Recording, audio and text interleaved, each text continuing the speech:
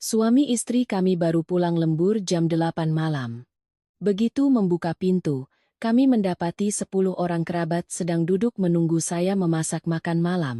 Suami saya langsung menarik tangan saya, kita makan di luar. Seluruh keluarga besarnya membeku. Malam itu, ketika jam dinding sudah hampir menyentuh angka 8, saya dan suami saya, Banyu, baru meninggalkan kantor. Hari itu adalah akhir bulan. Divisi akuntansi dan divisi penjualan sama-sama tegang seperti senar gitar. Saya duduk di depan layar komputer dari pagi hingga malam, memeriksa setiap angka, mencocokkan setiap baris laporan.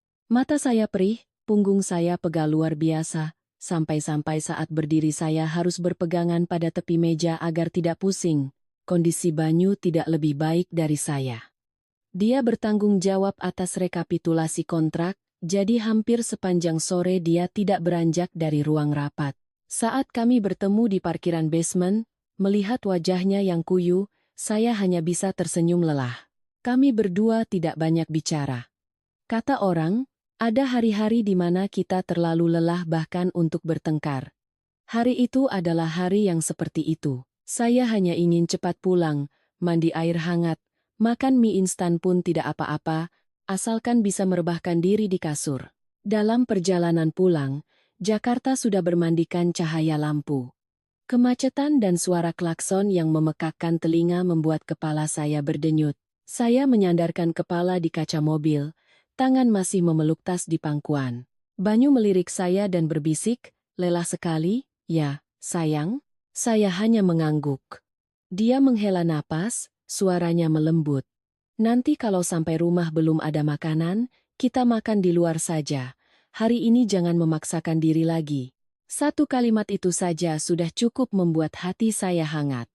Menjadi menantu selama beberapa tahun, saya sudah terbiasa dengan rutinitas begitu tiba di rumah harus langsung masuk dapur.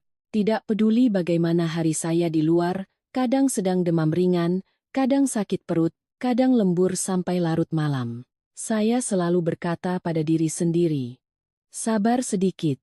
Setelah urusan makan selesai baru istirahat. Tapi perempuan yang terus-menerus bersabar juga ada batas lelahnya.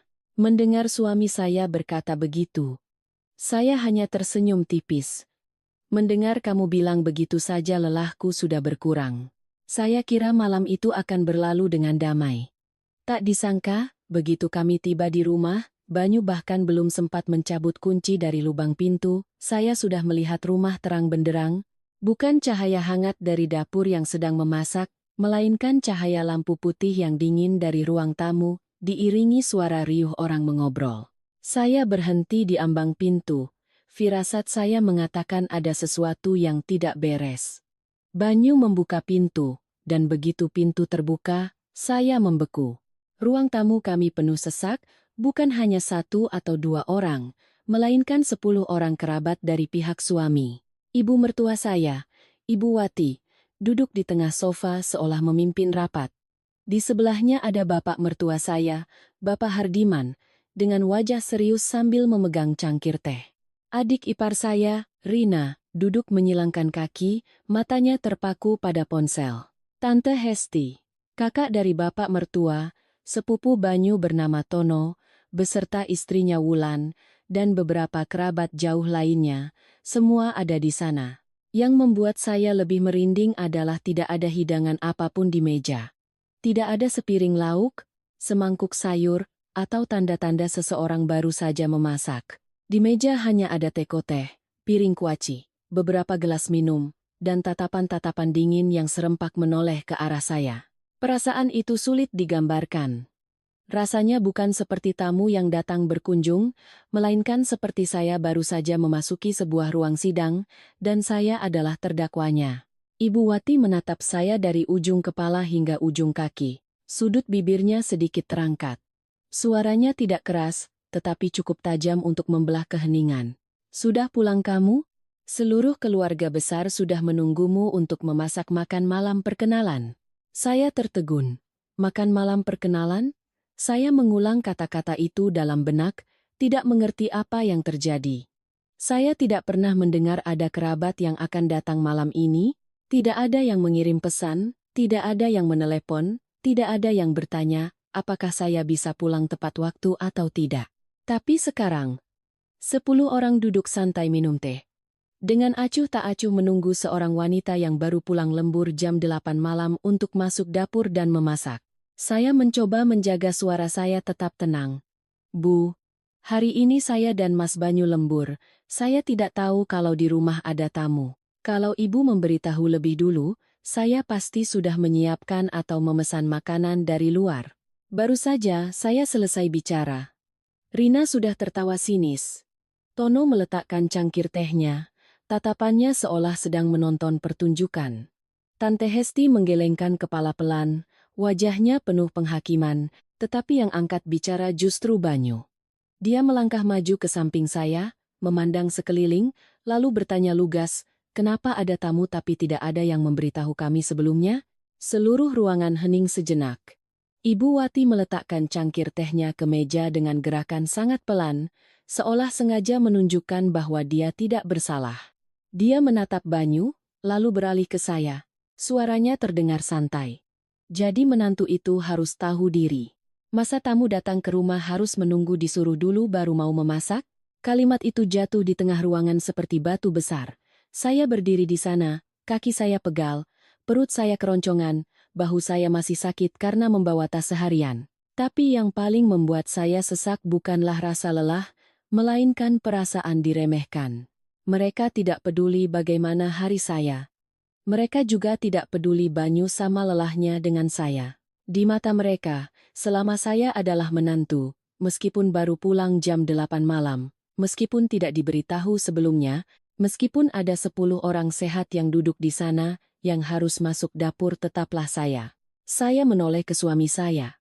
Banyu tidak berkata apa-apa lagi, tetapi tangannya menggenggam tangan saya dengan lembut. Genggaman itulah yang membuat saya paham. Malam ini segalanya mungkin tidak akan berhenti hanya pada urusan makan malam. Saya menarik napas dalam-dalam, berusaha agar suara saya tidak bergetar. Puluhan pasang mata tertuju pada saya, ada yang mengamati, ada yang menunggu, ada yang seolah sudah menyiapkan cemoohan. Saya meletakkan tas di kursi dekat pintu dan berkata dengan lembut, Bu, hari ini saya dan Mas Banyu benar-benar lembur sampai malam. Kami berdua belum makan apa-apa sejak siang. Kalau tahu ada tamu, saya pasti sudah mengaturnya dari awal. Tapi kalau sekarang baru mulai memasak untuk sebanyak ini orang, mungkin baru selesai 1 jam lagi. Saya berbicara dengan nada normal, tanpa meninggikan suara atau berniat membantah. Tapi di ruangan itu, hanya dengan mengatakan saya lelah saja sepertinya sudah menjadi sebuah kesalahan. Ibu Wati tertawa kecil, tawa yang singkat namun tajam. Dia bersandar di sofa, menatap saya seolah melihat menantu yang kurang ajar. Lelah? Dulu ibu bekerja di sawah dari pagi buta sampai gelap, pulang ke rumah masih bisa memasak untuk 3 meja makan. Kamu hanya duduk di ruangan ber-AC seharian, mengetik beberapa kali di keyboard saja sudah mengeluh lelah. Kalimat itu membuat wajah saya panas, bukan karena malu, melainkan karena sakit hati. Saya tahu generasi sebelumnya bekerja lebih keras, saya tidak pernah menyangkal itu. Tapi kerja keras seseorang bukanlah alasan untuk meremehkan kelelahan orang lain. Saya bekerja dengan pikiran, menanggung tekanan angka, tenggat waktu, dan tanggung jawab. Salah satu angka saja bisa berdampak pada seluruh divisi.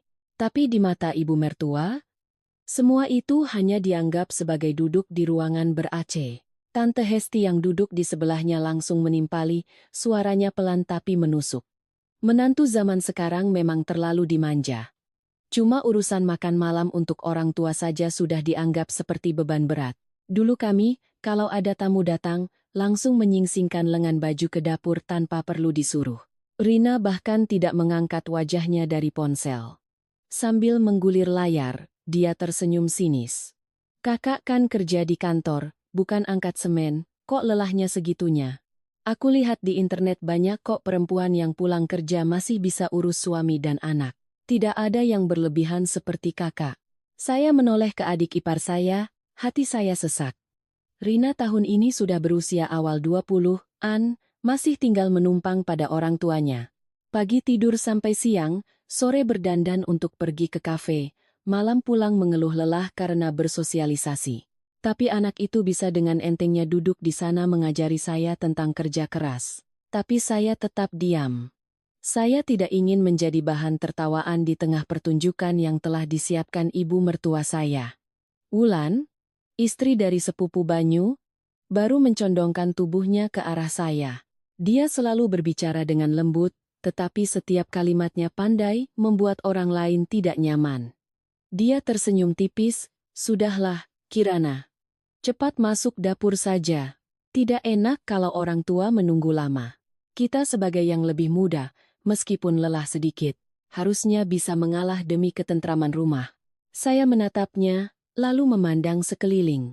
Semua orang duduk dengan tenang, seolah kewajiban saya untuk memasak adalah hal yang mutlak dan tidak perlu diperdebatkan. Banyu berdiri di samping saya, raut wajahnya sudah berubah, tapi dia masih diam. Mungkin dia juga sedang melihat sampai sejauh mana ibunya akan melangkah.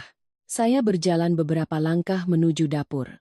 Begitu melihat ke dalam, saya langsung mengerti segalanya. Di atas meja dapur, tergeletak beberapa kantong bahan makanan yang masih utuh.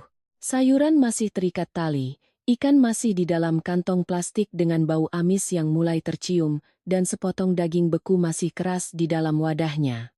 Panci dan wajan tertelungkup rapi di rak, kompor dingin, bahkan tidak ada satupun panci air yang sudah disiapkan. Pada saat itu, punggung saya terasa dingin.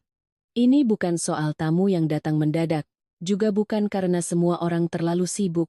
Mereka punya waktu untuk duduk minum teh, makan kuaci, mengobrol, dan menghakimi. Mereka punya waktu untuk merancang adegan di mana seluruh keluarga menunggu seorang wanita yang pulang kerja terlambat, tetapi mereka tidak punya niat sedikit pun untuk membantu. Mereka sengaja membiarkan semuanya seperti itu, menunggu saya pulang, agar saya harus menunduk dan masuk dapur di hadapan mereka.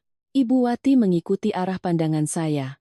Sepertinya sangat puas melihat saya sudah paham. Dia berkata perlahan, "Hari ini Tante Hesti datang, Paman dan bibimu juga kumpul semua. Ibu ingin lihat apa menantu di rumah ini tahu aturan atau tidak.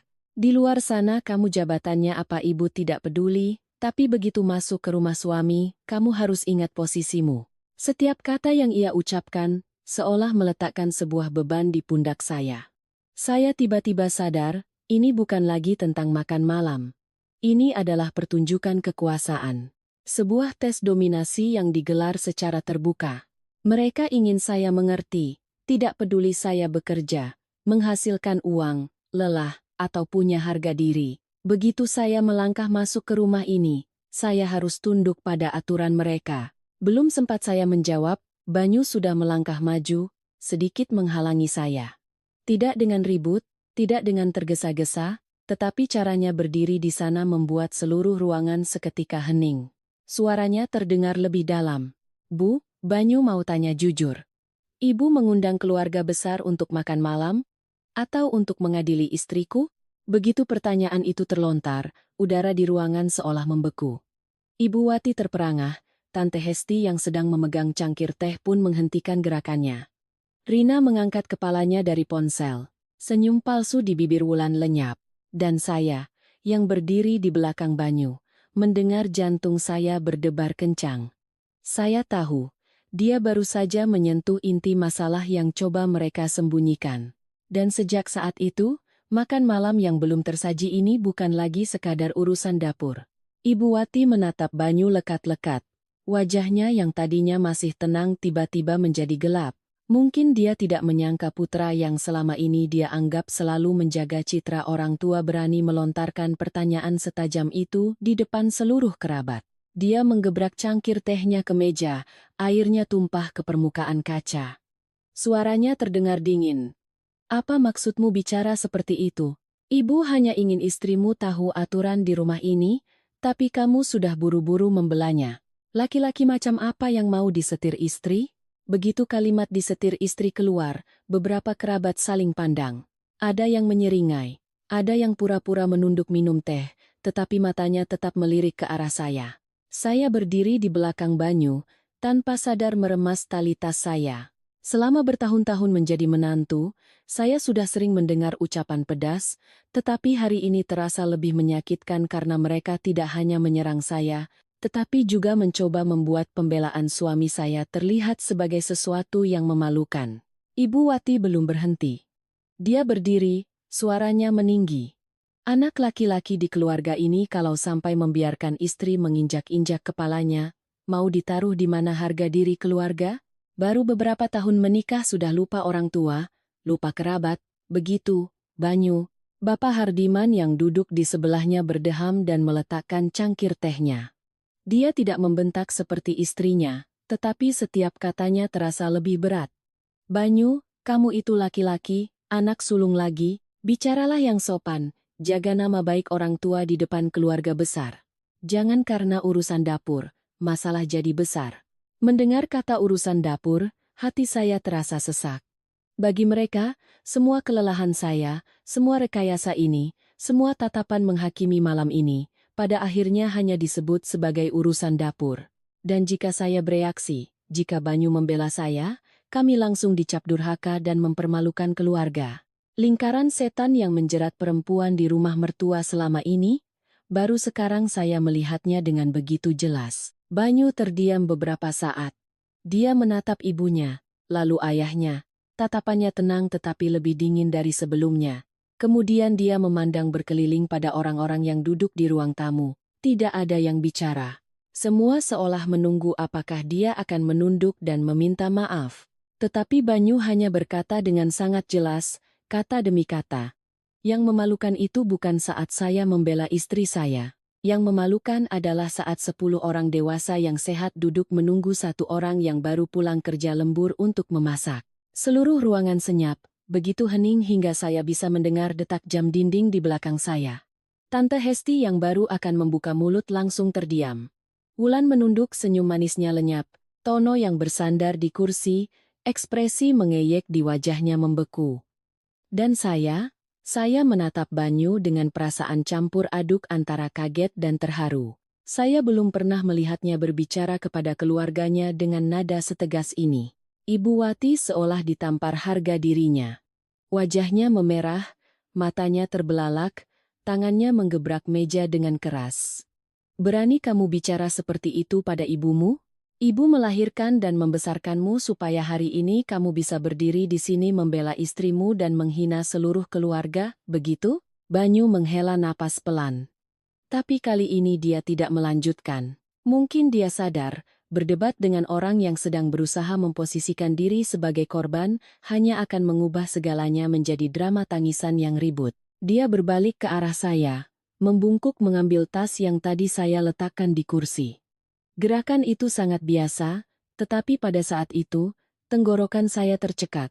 Dia membawakan tas saya, lalu menggenggam tangan saya. Tangannya hangat dan mantap. Dia menatap saya, suaranya pelan tetapi cukup jelas untuk didengar semua orang di ruangan itu. Kita makan di luar. Saya terpaku. Sejenak, saya tidak tahu harus bereaksi bagaimana. Selama bertahun-tahun, setiap kali ada masalah dengan keluarga suami, reaksi pertama saya adalah mengalah. Mengalah demi selesainya makan malam. Mengalah agar tidak ada yang tersinggung, mengalah agar suami tidak berada di posisi sulit. Saya sudah terbiasa menelan kekesalan sendiri. Begitu terbiasa hingga saat ada seseorang yang benar-benar menarik saya keluar dari situasi yang menyakitkan, saya justru merasa canggung. Rina melonjak dari kursinya, ponsel masih di tangannya. Dia menatap Banyu dengan tajam, suaranya melengking. Mas Banyu, Mas tega meninggalkan seluruh keluarga di sini hanya karena dia? Ibu sudah mengumpulkan semua orang, apa Mas tidak malu? Banyu berhenti, menoleh ke adiknya. Dia tidak marah, tetapi suaranya begitu dingin hingga Rina pun terdiam. Bukan karena dia, tapi karena rumah ini sudah terlalu terbiasa menganggap kebaikannya sebagai kewajiban. Kirana pulang terlambat tetap harus memasak. Kirana lelah tetap harus tersenyum. Kirana dihina tetap harus diam. Kalian semua sudah terbiasa. Tapi aku tidak mau terbiasa lagi. Kalimat itu seperti tamparan keras pada keheningan palsu di ruangan itu. Ibu Wati gemetar karena marah. Bapak Hardiman mengerutkan dahi dan berdiri. Tante Hesti menggumamkan sesuatu tentang etika keluarga, tetapi suaranya tidak lagi seyakin sebelumnya.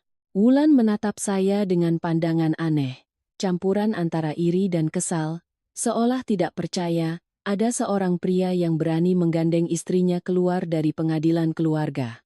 Saya membiarkan Banyu menarik tangan saya. Saat melewati ruang tamu, saya melihat dengan jelas setiap wajah. Rina ternganga. Tono marah tetapi tidak bisa berkata apa-apa. Tante Hesti kaku. Cangkir teh di tangannya tidak juga diletakkan. Dan Ibu Wati, berdiri membeku di tengah ruangan. Wajahnya pucat pasi karena dipermalukan oleh putranya sendiri di depan seluruh kerabat. Di ambang pintu, Banyu berhenti sejenak. Tanpa menoleh, dia hanya berkata, kalau semua lapar, bisa pesan makanan sendiri. Istri saya dan saya hari ini juga lapar, dan kami juga perlu makan selayaknya manusia. Selesai berkata, dia membuka pintu dan menarik saya keluar. Pintu tertutup di belakang kami, meredam suara bisik-bisik dan tatapan tajam di dalam. Angin malam menyapu wajah saya, terasa sejuk. Saya menatap tangan saya yang masih dalam genggaman suami saya, hati saya terasa ringan sekaligus bergetar. Saya tahu, hanya dengan satu tindakan keluar dari rumah itu, Banyu telah menyulut badai yang jauh lebih besar. Tapi setidaknya malam itu, untuk pertama kalinya setelah bertahun-tahun menjadi menantu, saya tidak lagi berdiri sendirian di tengah kepungan. Banyu tidak membawa saya jauh. Dia mengendarai mobil keluar dari gang kecil, melewati 2 jalan raya, lalu berhenti di depan sebuah warung bubur ayam malam yang terletak di bawah pohon rindang. Warung itu tidak mewah, hanya ada beberapa meja stainless yang ditata di trotoar. Cahaya lampu kuning menerangi lantai yang sudah tua, uap bubur yang panas mengepul di tengah angin malam. Tapi entah kenapa, begitu turun dari mobil, hati saya terasa sedikit lebih tenang. Setidaknya di sini, tidak ada yang menatap saya seolah saya bersalah hanya karena belum sempat memasak. Banyu menarik kursi untuk saya, lalu memesan pada penjualnya. Bu, bubur ayam 1 ya, yang panas. Jangan pedas, istri saya punya sakit maag. Mendengar itu, hidung saya tiba-tiba terasa perih. Ternyata dia masih ingat. Beberapa hari ini perut saya terasa nyeri, tapi saya hanya minum obat seadanya dan tetap bekerja. Karena akhir bulan pekerjaan menumpuk, saya tidak berani izin. Di rumah tadi, tidak ada yang bertanya apakah saya lapar atau sakit.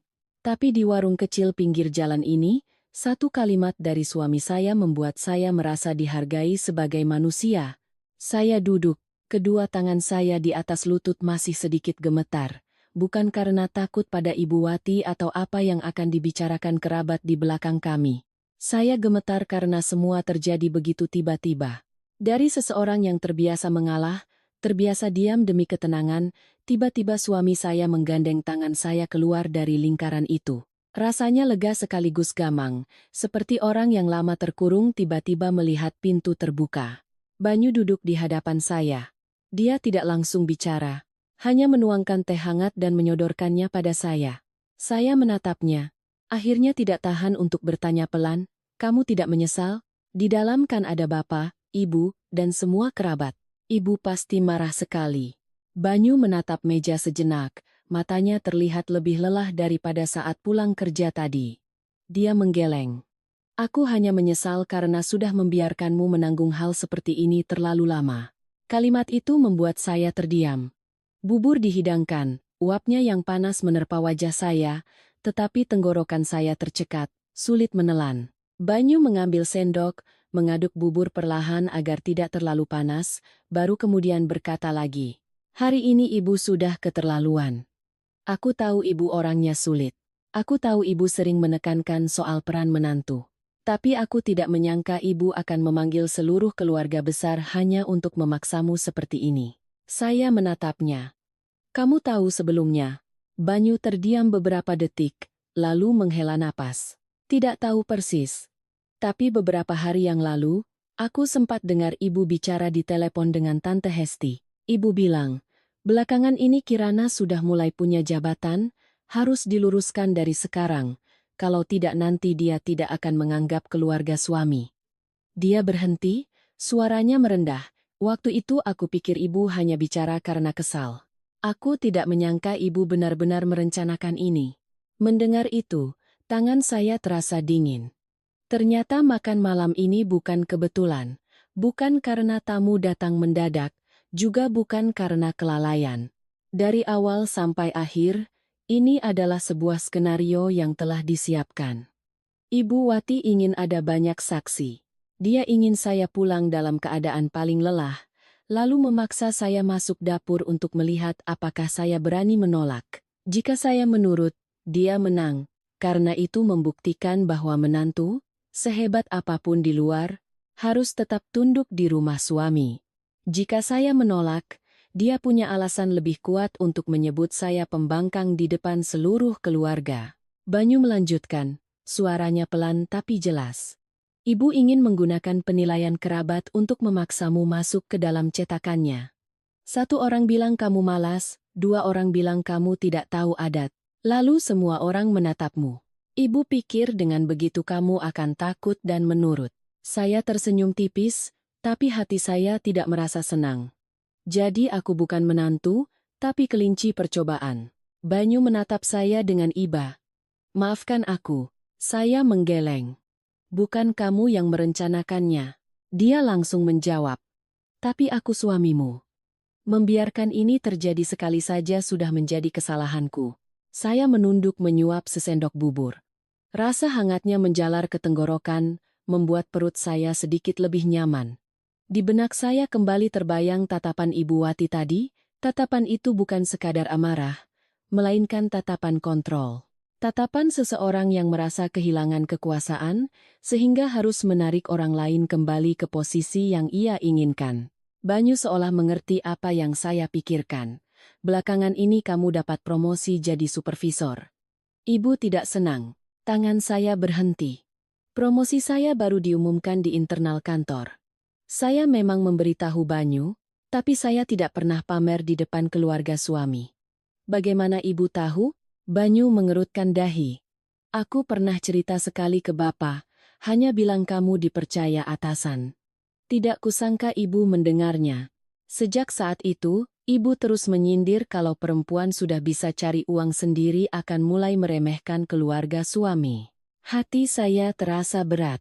Ternyata di mata ibu mertua, kerja keras saya bukanlah hal yang membanggakan, melainkan sebuah ancaman. Semakin saya sukses, semakin saya punya suara, semakin dia takut Banyu akan lebih mendengarkan saya daripada dirinya. Makan malam ini hanyalah caranya untuk menarik saya kembali ke posisi semula, posisi seorang menantu yang harus patuh, diam, dan membuktikan dirinya tahu diri dengan cara berkorban. Saya menatap jalanan di depan kami. Kendaraan mulai sepi. Suara sendok beradu dengan mangkuk di meja sebelah terdengar begitu biasa. Di satu sisi ada warung bubur yang damai, di sisi lain ada rumah terang benderang dengan 10 orang yang masih menunggu untuk menghakimi. Saya berkata perlahan, jadi ini bukan tentang makan malam. Banyu mengangguk. Benar, ini tentang kekuasaan di rumah. Dia menggenggam tangan saya di atas meja. Tangannya masih sedikit dingin, tetapi genggamannya sangat kuat. Mulai sekarang, hal-hal yang tidak masuk akal tidak perlu kita lakukan. Aku tidak akan membiarkanmu sendirian lagi. Saya menatapnya. Hati saya terasa hangat sekaligus sakit. Seandainya kalimat ini datang lebih awal, mungkin saya tidak perlu menelan begitu banyak kekecewaan sendirian. Tapi meskipun terlambat, inilah yang paling perlu saya dengar saat ini. Tepat pada saat itu, ponsel Banyu menyala terus-menerus. Di layar muncul panggilan dari ibu mertua, lalu bapak mertua, lalu ibu mertua lagi. Dia tidak mengangkatnya. Sesaat kemudian, pesan dari Rina masuk. Bawa Kak Kirana pulang dan minta maaf sekarang. Ibu bilang kalau kalian berdua terus mempermalukan keluarga, ibu akan mengadakan rapat keluarga untuk memutuskan hubungan. Membaca kalimat itu, hati saya yang baru saja tenang kembali mencelos. Banyu menatap layar. Sudut bibirnya sedikit terangkat. Dia meletakkan ponselnya terbalik di meja dan berkata dengan tenang, makanlah, sayang. Mereka mau rapat, silakan saja. Tapi kali ini, yang harus mendengarkan bukan hanya kamu. Saya hanya sanggup makan setengah mangkuk. Bukan karena tidak enak, tapi karena pesan dari Rina terus berputar di kepala saya. Rapat keluarga untuk memutuskan hubungan. Terdengar seperti ancaman kekanak-kanakan. Tapi bagi keluarga suami saya, kata keluarga besar tidak pernah main-main.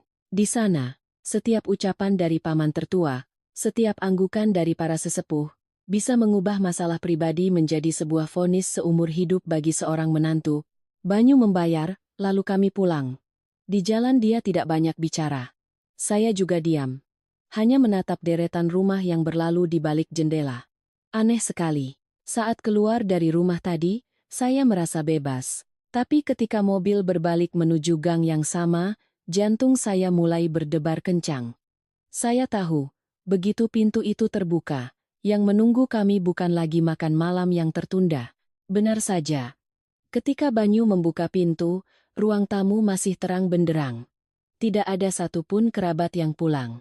Suasananya bahkan lebih berat dari sebelumnya, seolah selama kami pergi, mereka tidak makan, melainkan hanya duduk mengumpulkan amarah untuk menyambut kami kembali. Ibu Wati masih duduk di tengah sofa, kedua matanya merah. Tapi saya tahu itu bukan karena menangis, melainkan karena marah, karena harga dirinya tersinggung oleh putranya sendiri. Begitu kami masuk, dia langsung melonjak berdiri. "Sudah pulang kalian? Enak makannya?" Meninggalkan seluruh keluarga menunggu, sementara kalian berdua asyik makan di luar. Beruntung sekali keluarga ini punya menantu sepertimu. Belum sempat saya menjawab, dia sudah menoleh ke semua orang, suaranya tercekat tetapi setiap katanya tajam. "Paman, Tante, lihat kan? Omongan saya tidak salah. Menantu zaman sekarang sudah tidak tahu sopan santun. Orang tua duduk di rumah, dia berani-beraninya pergi. Hari ini dia keluar dari dapur, besok dia akan keluar dari rumah ini." Kalimat terakhir itu ia ucapkan dengan sangat jelas dan perlahan, seolah sengaja memakukannya di telinga saya. Saya berdiri diam, hati saya dingin. Ternyata di matanya, saya tidak memasak berarti saya tidak lagi punya hak tinggal di rumah ini. Sebuah makan malam tiba-tiba menjadi alasan untuk mengusir menantu. Sekali dibela suami tiba-tiba menjadi dosa besar. Baru saja saya akan membuka mulut, Banyu sudah angkat bicara lebih dulu. Suaranya tidak keras, tapi cukup membuat seluruh ruangan hening. "Rumah ini adalah rumah kami berdua. Tidak ada yang berhak mengusir Kirana dari sini." Hanya dengan satu kalimat itu, raut wajah Ibu Wati berubah drastis. Tidak ada lagi ekspresi sedih. Matanya berkilat cepat, campuran antara marah dan waspada. Saya berdiri di samping Banyu, melihat ekspresi itu dan hati saya tiba-tiba terenyuh. Sepertinya, dia baru saja menyentuh hal yang benar-benar menjadi perhatian ibunya. Bukan makan malam, bukan sopan santun, melainkan rumah ini. Tante Hesti menggebrak cangkir tehnya ke meja, suaranya menyindir.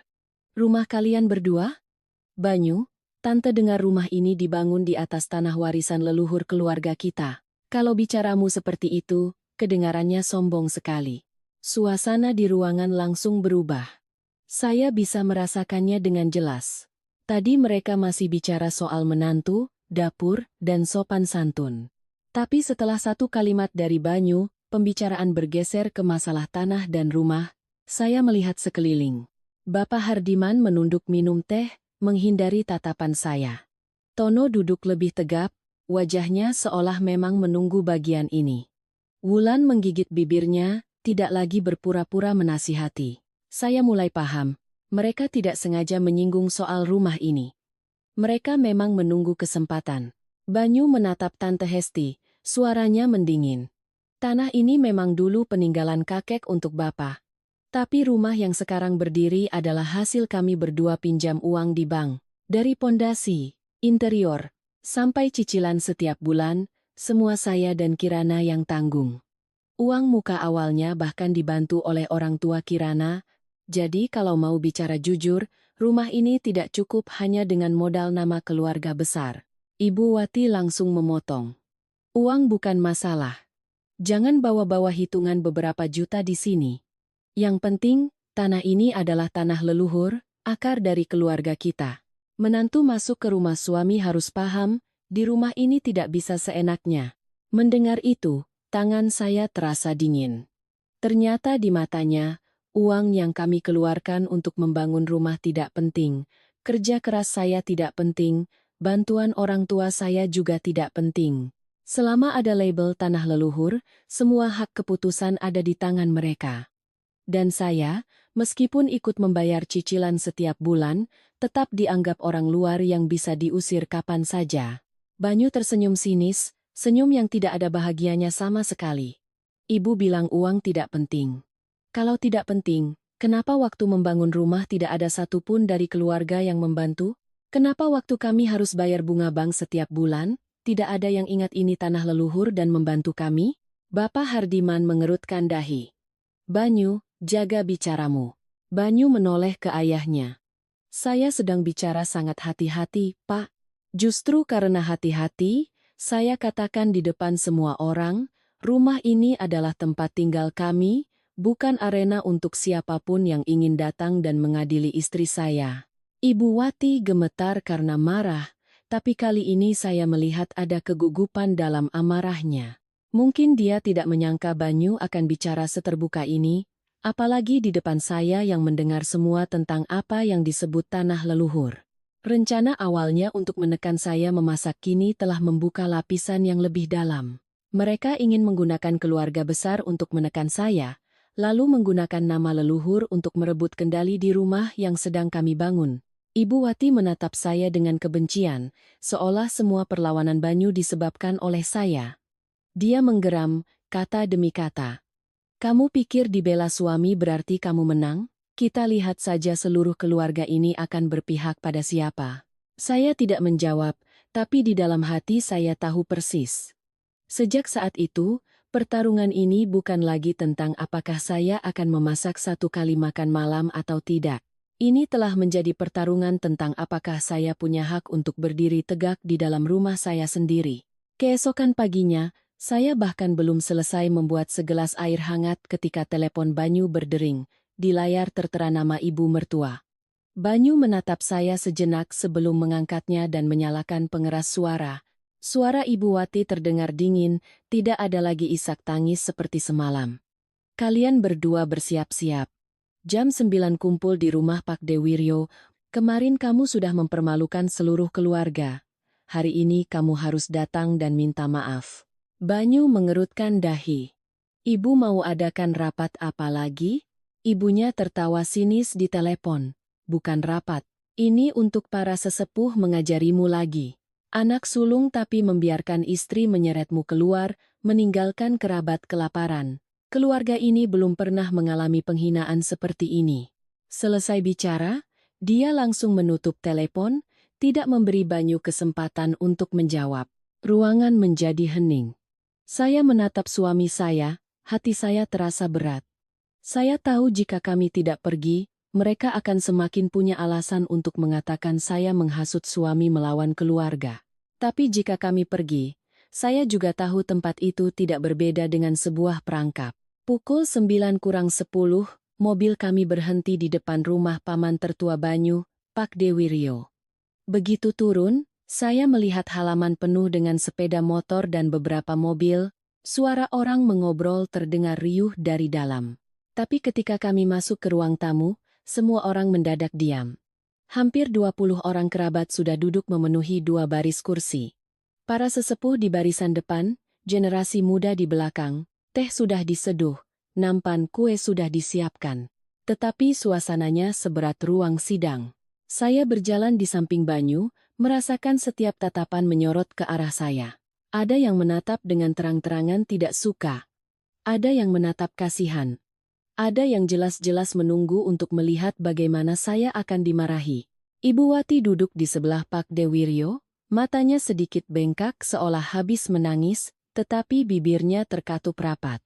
Rina yang duduk di dekatnya, melihat saya dan langsung membuang muka, seolah dialah yang menjadi korban. Pak Dewiryo adalah seorang pria berusia 60-an, tubuhnya kurus, suaranya serak tetapi sangat dihormati di keluarga. Dia mengangkat cangkir tehnya, menyesap sedikit, lalu meletakkannya dengan keras di meja. Suara cangkir beradu dengan kayu terdengar kering, membuat seluruh ruangan senyap. Dia menatap lurus ke arah Banyu dan langsung bertanya, "Kamu benar-benar mau melawan seluruh keluarga demi seorang perempuan?" Mendengar kata seorang perempuan, punggung saya terasa dingin. Belum sempat Banyu menjawab, Ibu Wati sudah menyeka sudut matanya dengan sapu tangan, suaranya tercekat. "Pakde, para sesepuh, lihatlah. Sejak menikah dengan Kirana, Banyu berubah total. Dulu dia anak yang sangat berbakti, selalu memikirkan orang tua dan keluarga. Tapi sekarang, ibu bicara satu kata, dia membantah satu kata, kemarin di depan semua orang dia menarik istrinya keluar untuk makan, meninggalkan seluruh keluarga. Saya sebagai ibu malu sekali." Rina langsung menimpali, suaranya penuh kekesalan. "Bukan cuma itu, Pakde. Kak Kirana juga menghasut Mas Banyu untuk menjauh dari keluarga, punya keuangan sendiri, semua urusan dengarnya istri. Kalau ada acara keluarga menghindar, tapi begitu bicara soal rumah, langsung mereka klaim itu milik mereka berdua." Mendengar itu, saya tertawa sangat pelan. Semua tuduhan itu begitu tidak masuk akal hingga saya tidak tahu harus marah atau kasihan pada kelicikan mereka. Tapi tawa saya belum sempat terdengar, Tante Hesti sudah menggebrak pegangan kursi. Dia menatap saya dengan tajam. "Tertawa apa kamu? Kamu pikir kamu tidak bersalah? Dari awal saya sudah bilang jangan menikahinya. Kalau dulu Banyu menikah dengan Alia, keluarga ini tidak akan seperti sekarang. Seluruh keluarga tidak akan kesulitan seperti beberapa tahun ini." Nama itu jatuh di tengah ruangan seperti batu yang dilempar ke permukaan air yang membeku. "Alia." Saya belum pernah mendengar Banyu menyebut nama ini dengan jelas. Beberapa kali saya melihat sorot penyesalan di mata ibu mertua saat bicara tentang jodoh baik di masa lalu, tapi saya tidak pernah bertanya lebih jauh. Saya menoleh ke suami saya. Banyu berdiri di samping saya, rahangnya mengeras. Tangannya menggenggam tangan saya lebih erat, seolah dia tahu cepat atau lambat masalah ini akan diungkit. Seorang bibi yang duduk di dekat pintu menatap saya, suaranya campuran antara kasihan dan penasaran. "Kirana pasti belum tahu ya?" Pantas wajahnya bingung. Saya tahu, dalam ucapannya tidak ada simpati, hanya ada kegembiraan seseorang yang baru saja menyaksikan sebuah rahasia terungkap. Banyu menoleh ke saya dan berbisik, "Sayang, nanti aku jelaskan." Tapi Pak Dewiryo sudah angkat bicara lebih dulu, dingin dan penuh wibawa. "Tidak perlu disembunyikan lagi. Sudah sampai sejauh ini, dia harus tahu kenapa seluruh keluarga tidak menerimanya." Pak Dewiryo menatap saya, lalu bercerita perlahan. "Tahun itu, sebelum mengenal saya, Banyu dijodohkan oleh keluarga dengan Alia, putri seorang pemilik perusahaan bahan bangunan besar. Perusahaan itu menguasai rantai pasokan penting. Jika kedua keluarga bersatu, bisnis seluruh keluarga besar Banyu akan meroket.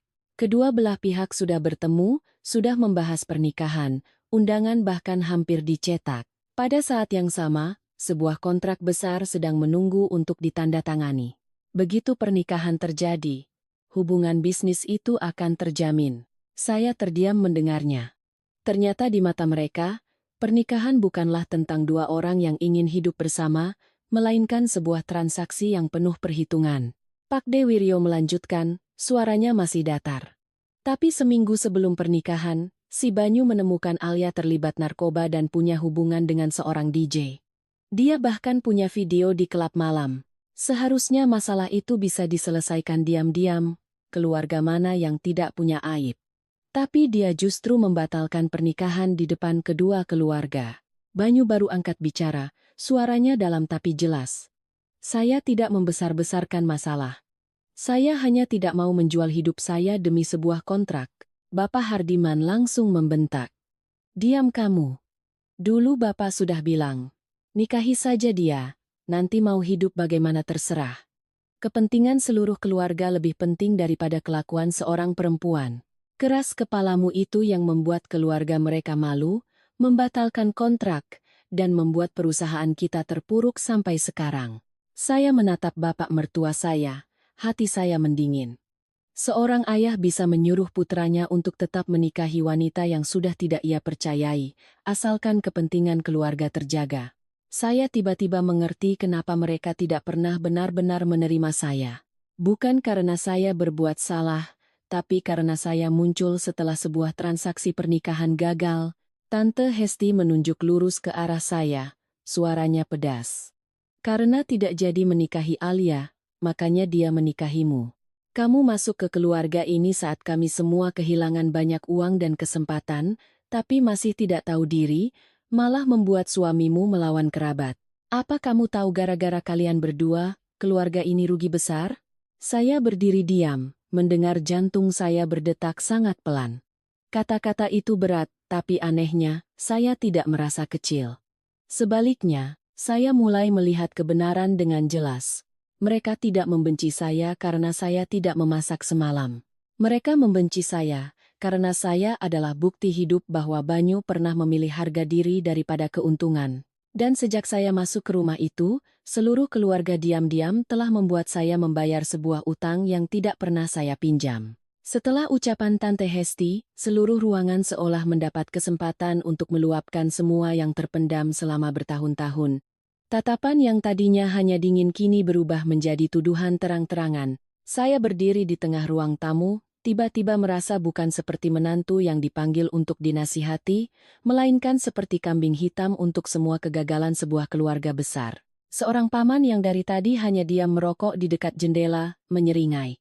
Intinya, sejak dia menikah denganmu, bisnis keluarga terus menurun. Dulu kita sudah mau bangkit, semua orang kira keluarga kita akan berubah nasib. Tiba-tiba si Banyu batal nikah dengan Alia lalu malah menikahimu. Memang ada hal-hal yang kelihatannya tidak cocok secara hoki. Wulan mendengar itu dan langsung menghela napas. Helaan napas yang pura-pura prihatin, padahal hanya menunggu untuk menusuk lebih dalam. Dia menatap saya, suaranya lembut. Jangan tersinggung ya, Kirana. Tapi memang ada orang yang begitu masuk ke rumah mertua, rumah itu jadi adem ayem. Ada juga yang begitu masuk, masalah datang terus. Soal hoki atau tidak, kata orang tua dulu kan ada benarnya.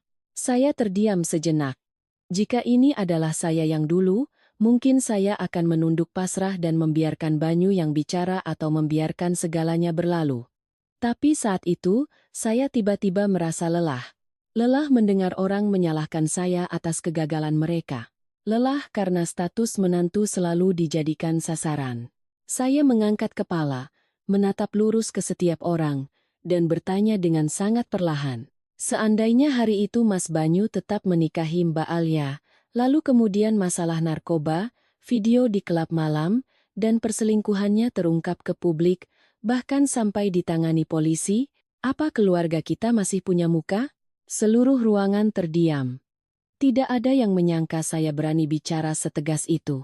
Masalah yang mereka coba samarkan dengan sebutan kenakalan masa muda yang bisa diselesaikan diam-diam, kini saya sebutkan dengan gamblang, membuat semua orang bungkam. Paman yang sedang merokok pun menghentikan gerakannya, abu rokoknya jatuh ke lantai. Wulan menggigit bibirnya, tidak lagi bisa mempertahankan ekspresi lembutnya. Tante Hesti mengerutkan dahi, tidak menemukan kata untuk membalas. Ibu Wati langsung berteriak, suaranya melengking seolah ingin memecah keheningan yang merugikan pihaknya. Kamu tahu apa? Setidaknya Alia bisa membawa keuntungan untuk keluarga ini, keluarganya punya uang, punya koneksi, punya perusahaan besar. Kamu bawa apa? Hanya bawa mulut untuk membantah suami dan mertua. Banyu tertawa. Tawa yang sangat pelan tetapi begitu dingin hingga saya pun menoleh padanya. Sejak masuk ke ruangan ini, dia berusaha tenang. Tapi ketika mendengar ibunya sendiri mengatakan seorang wanita dengan masalah karakter yang serius lebih menguntungkan daripada istrinya, tatapannya benar-benar berubah. Dia menatap Ibu Wati, bukan lagi dengan tatapan anak yang mencoba menjelaskan, melainkan tatapan seorang pria yang baru saja melihat kekejaman dari kerabatnya sendiri. Dia bertanya, "Ibu benar-benar ingin saya menikahi seseorang yang memakai narkoba dan mengkhianati saya hanya demi sebuah kontrak?" Ibu Wati terdiam sejenak, tetapi Bapak Hardiman sudah menggebrak meja dan membentak. "Laki-laki kalau mau sukses besar harus bisa berkorban. Kamu pikir hidup ini hanya tentang cinta? Begitu banyak orang di keluarga ini yang bergantung pada kerja sama itu. Tapi kamu hancurkan semuanya karena gengsi pribadimu. Banyu menoleh ke ayahnya, suaranya mengeras. Manusia bukan barang dagangan. Pernikahan bukan kontrak jual-beli di mana orang tua bisa menempatkan anaknya di atas meja dan tawar-menawar dengan orang lain. Wajah Bapak Hardiman memucat karena marah. Dia hendak berdiri tetapi Pak Dewiryo memberi isyarat untuk menahannya. Namun, suasana di ruangan sudah tegang seperti senar gitar. Lalu Banyu mengeluarkan ponselnya. Dia membuka kunci dan menggulir layar dengan cepat. Saya menatapnya dengan sedikit cemas, tidak tahu apa yang akan dia lakukan. Banyu meletakkan ponselnya di meja dan memutar sebuah rekaman suara. Awalnya hanya suara statis, lalu suara seorang wanita terdengar jelas, suara Tante Hesti, tetapi terdengar lebih muda dan lebih galak. Dia pakai narkoba juga biarkan saja.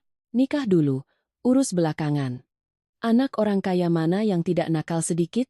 Yang penting kontraknya harus ditandatangani. Seluruh ruangan membeku. Tante Hesti melonjak berdiri, wajahnya pucat pasi. Kamu merekamku? Banyu tidak menjawab, hanya memutar rekaman lain. Kali ini suara Bapak Hardiman, nama baik bisa dibeli kembali, tapi kontrak yang hilang itu yang mematikan, setelah menikah. Kalau tidak bisa hidup bersama, punya anak satu dulu baru dipikirkan lagi. Yang penting kedua keluarga sudah terikat. Setiap kata bergema di ruangan tertutup itu, merobek topeng kewibawaan para sesepuh di depan mata saya. Saya melihat sekeliling. Ada yang menunduk, ada yang pucat, ada yang pura-pura tidak mendengar.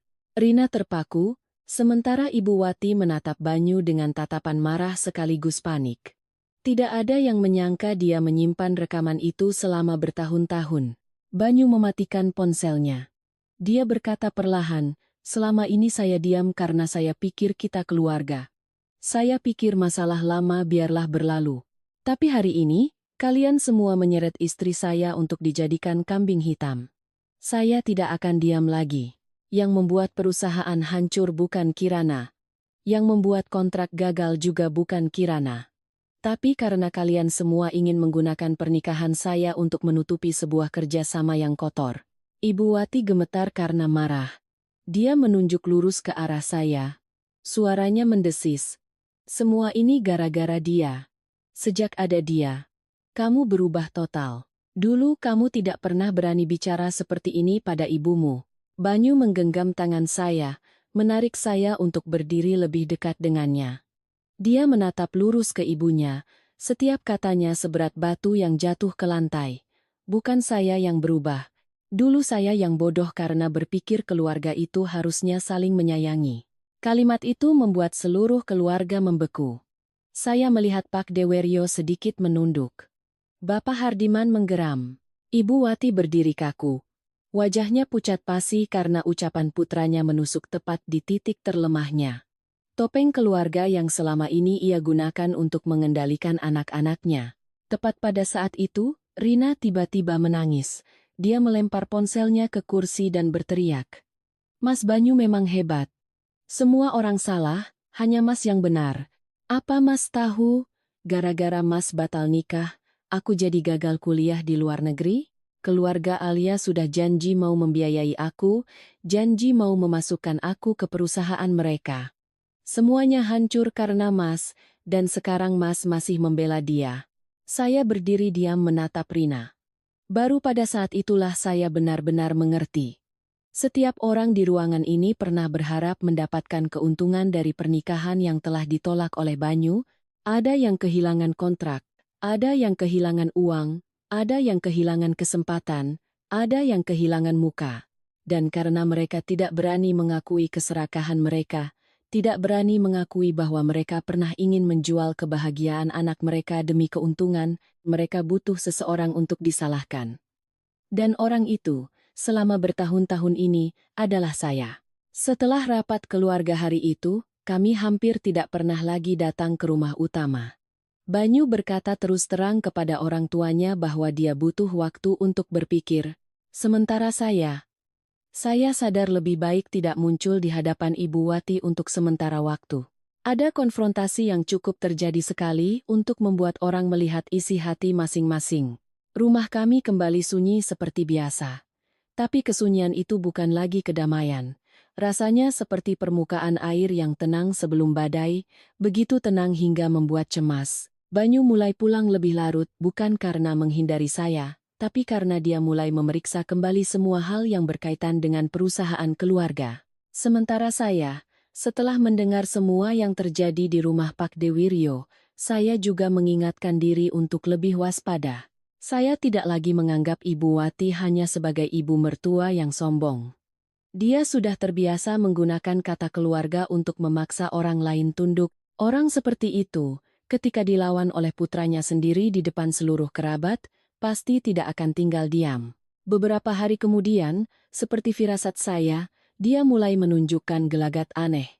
Saya perhatikan dia terus-menerus menelepon seseorang saat siang hari, ketika rumah utama sepi. Awalnya saya tidak peduli, tetapi suatu kali saat saya kembali untuk mengambil beberapa dokumen untuk Banyu, saya melewati ruang tamu dan mendengar suaranya yang sangat pelan. Iya, siapkan saja berkasnya dulu. Harus cepat sebelum si Kirana bikin masalah. Dia tidak sesederhana yang saya kira. Saya berhenti di balik dinding, jantung saya berdebar kencang. Saya tidak bisa mendengar apa yang dikatakan orang di seberang telepon, hanya mendengar Ibu Wati melanjutkan. Soal tanda tangan, biar pihak saya yang urus. Yang penting tambahkan nama sebagai pemilik bersama, sisanya nanti kita pikirkan lagi. Saya berdiri membeku selama beberapa detik, lalu diam-diam pergi. Di benak saya langsung terlintas dua kata, rumah kami. Sejak hari itu, saya mulai diam-diam mengawasi. Saya tidak langsung memberitahu siapapun, bahkan Banyu. Bukan karena tidak percaya, tapi karena saya ingin memastikan saya tidak salah dengar. Saya memeriksa kembali semua dokumen rumah, kontrak pinjaman bank, dan sertifikat hak milik. Salinan yang kami simpan di laci semuanya masih lengkap, rumah itu atas nama kami berdua, pinjaman juga dibayar oleh kami berdua. Tidak ada alasan bagi mertua saya untuk ikut campur. Namun pada hari Kamis sore, ketika saya sedang di kantor, ponsel saya berdering dari seorang staf bank yang mengurus pinjaman kami. Suaranya sopan, tetapi isinya membuat punggung saya dingin. Selamat sore, Bu Kirana. Kami menelepon untuk mengkonfirmasi ulang permintaan pembaruan informasi pemilik bersama terkait aset jaminan ibu dan bapak. Berkasnya sudah diajukan oleh perwakilan tadi pagi. Saya melonjak dari kursi, menggenggam ponsel erat-erat. Maaf, bisa diulangi? Pembaruan pemilik bersama bagaimana? Siapa yang mengajukan berkas? Staf itu terdengar ragu. Begini, Bu. Di berkas ada surat kuasa dari Bapak Banyu Prakoso, memberikan kuasa kepada Bapak Hardiman untuk melakukan prosedur penambahan informasi pihak yang berkepentingan atas aset tersebut. Kami hanya perlu konfirmasi tambahan dari Ibu. Mendengar nama Bapak mertua saya, telinga saya berdengung. Saya mencoba menjaga suara tetap tenang. Saya tidak pernah mendengar suami saya membicarakan ini. Tolong hentikan sementara prosesnya. Jangan lakukan apapun sebelum kami berdua datang langsung ke bank. Staf itu sepertinya menyadari ada yang tidak beres dan langsung setuju, mengatakan akan memberi catatan mendesak pada berkas tersebut. Saya langsung menelepon Banyu. Dia sedang rapat, tapi melihat panggilan saya yang terus-menerus, dia keluar untuk mengangkatnya. Saya hanya berkata satu kalimat, "Mas, apa kamu pernah menandatangani surat kuasa untuk Bapak mengurus surat-surat rumah?" Di seberang telepon hening selama 2 detik, lalu suara Banyu terdengar dalam. "Tidak. Sama sekali tidak."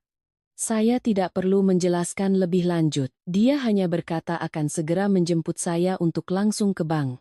Setengah jam kemudian, kami sudah berada di bank. Staf menunjukkan salinan berkasnya. Di atasnya ada tanda tangan yang tertulis atas nama Banyu. Sepintas memang mirip, tapi saya yang hidup bersamanya bertahun-tahun langsung tahu itu bukan tulisan tangannya. Banyu memegang kertas itu, urat di punggung tangannya menonjol. Di bagian penerima kuasa, nama Hardiman tercetak jelas. Banyu bertanya kepada staf dengan suara tertahan, "Siapa yang membawa berkas ini?" Staf itu menjawab, "Bapak Hardiman datang bersama seorang pria bernama Tono. Mereka bilang ini urusan internal keluarga dan sudah disepakati." Saya menoleh ke Banyu, wajahnya dingin menakutkan. Dia meminta bank membuat berita acara penghentian sementara, memfotokopi semua dokumen terkait, lalu segera menarik saya keluar. Di jalan menuju rumah utama, Banyu tidak bicara sepatah kata pun, tapi saya tahu amarahnya sudah di puncak. Mobil baru saja berhenti di depan gerbang, dia langsung turun dengan cepat. Saya mengikutinya, jantung saya berdebar-debar. Ruang tamu rumah utama masih terang. Ibu Wati sedang duduk minum teh, di sebelahnya ada Bapak Hardiman dan Tono. Pemandangan itu membuat saya sadar, mereka tahu kami akan datang. Banyu masuk dan melemparkan tumpukan fotokopi ke meja. Suaranya terdengar kering. Siapa yang memalsukan tanda tangan saya? Seluruh ruangan hening. Tono langsung menunduk menatap ponselnya. Bapak Hardiman mengerutkan dahi tetapi tidak bicara. Hanya Ibu Wati yang tetap tenang mengangkat cangkir tehnya, seolah tidak ada yang perlu dikhawatirkan. Dia meletakkan cangkir itu, menatap Banyu dengan dingin. Rumah ini dibangun di atas tanah leluhur. Menambahkan nama orang tua apa salahnya? Banyu menggeram. Salahnya adalah Bapak dan Ibu memalsukan dokumen. Salahnya adalah kalian mengurus aset kami di belakang kami. Salahnya adalah Ibu masih berpikir dengan label leluhur, kalian berhak melakukan apa saja. Ibu Wati menggebrak meja dan melonjak berdiri. Topeng tenangnya pecah, suaranya menjadi tajam. Kalau dulu kamu menurut dan menikahi Alia, keluarga ini sudah jadi konglomerat. Tidak perlu kita berebut rumah kecil ini. Ini semua gara-gara kamu menikahi dia. Dia menunjuk lurus ke arah saya. Sejak perempuan ini masuk, keluarga ini terus sial. Saya berdiri di belakang Banyu, seluruh tubuh saya terasa dingin. Untuk pertama kalinya dia bicara begitu terang-terangan. Di matanya, Banyu tidak pernah menjadi anak yang punya hak memilih kebahagiaan. Dia hanyalah bidak catur untuk ditukar dengan kontrak, kekuasaan, dan harga diri.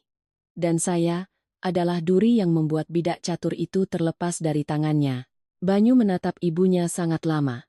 Suaranya serak, tetapi setiap katanya jelas. Ternyata ibu menyesal bukan karena saya menderita. Ibu menyesal karena saya tidak menjual diri saya dengan harga yang cukup tinggi. Ibu Wati tertegun, wajahnya pucat sesaat. Tapi kejutan bagi saya belum berakhir di situ.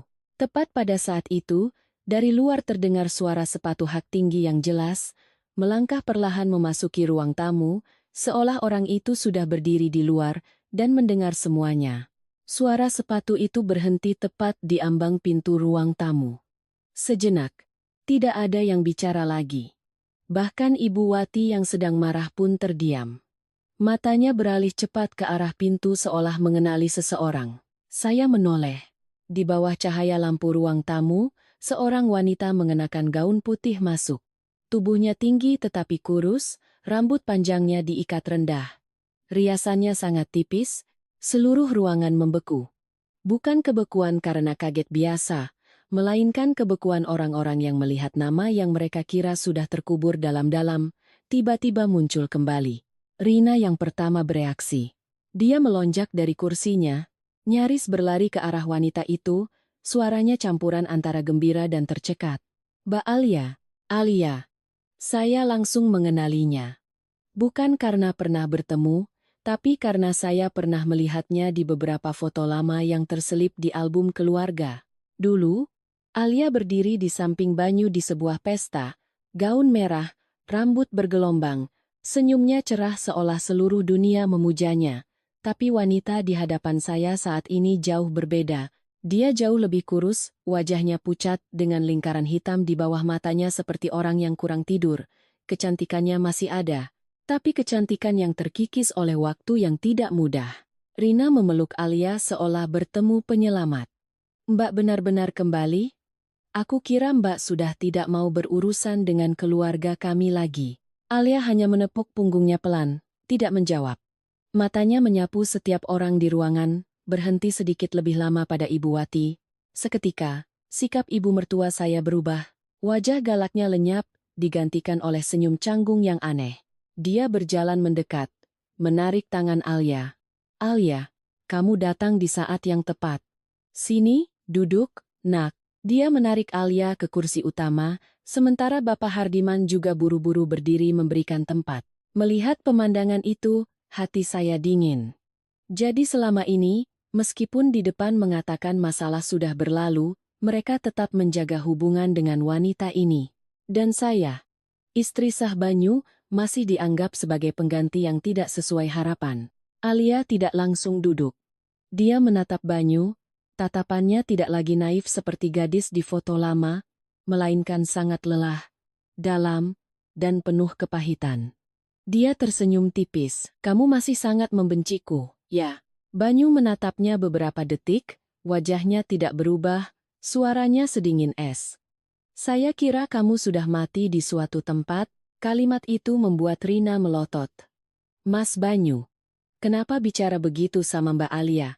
Tapi Alia justru tertawa, tawa yang sangat ringan. Terdengar tidak bahagia, hanya getir. Tidak apa-apa. Dia bilang begitu juga tidak salah. Ada tahun-tahun di mana hidupku memang tidak berbeda dengan mati. Selesai berkata, dia membuka tasnya, mengeluarkan sebuah map abu-abu, dan meletakkannya di meja. Ibu Wati langsung mencondongkan tubuhnya. Ini apa nak? Alia duduk, perlahan merapikan tepi map itu.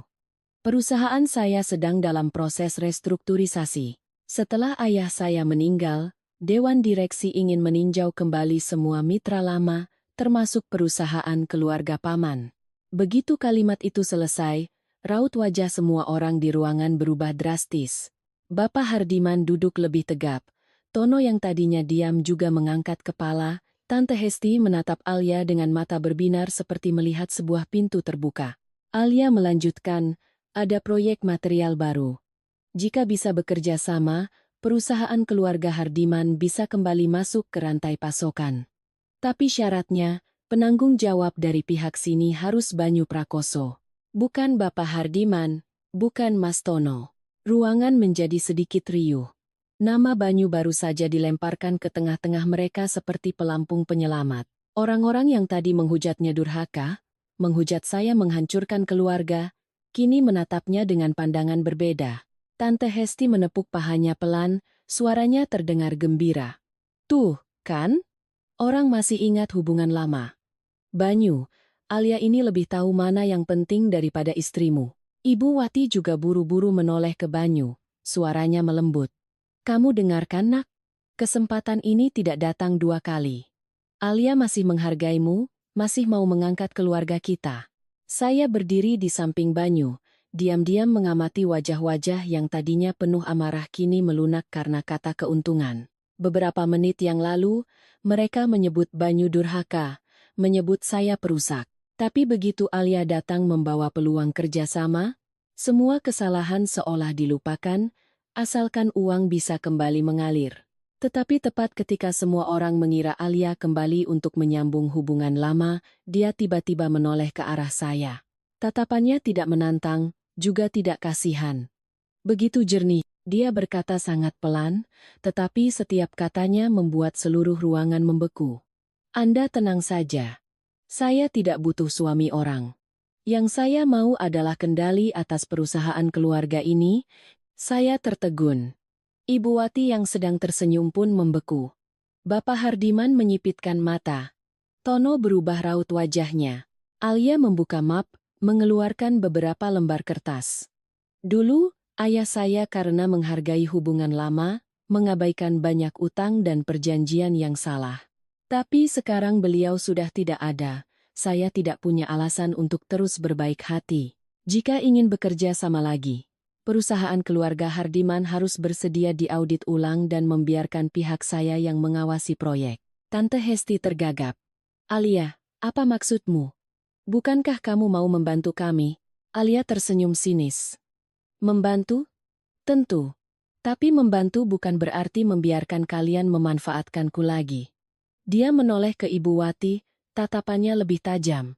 Dulu Bibi memaksa Mas Banyu menikahiku karena kontrak. Sekarang Bibi mau menggunakanku lagi? Wajah Ibu Wati pucat. Untuk pertama kalinya sejak saya menjadi menantu, saya melihat ibu mertua saya kehabisan kata-kata. Wanita yang terbiasa menggunakan keluarga besar, etika, dan leluhur untuk menekan orang lain. kini ditatap langsung oleh bidak catur lamanya dan disebut sesuai sifat aslinya. Saya berdiri di sana, tiba-tiba mengerti. Alia tidak kembali karena cinta.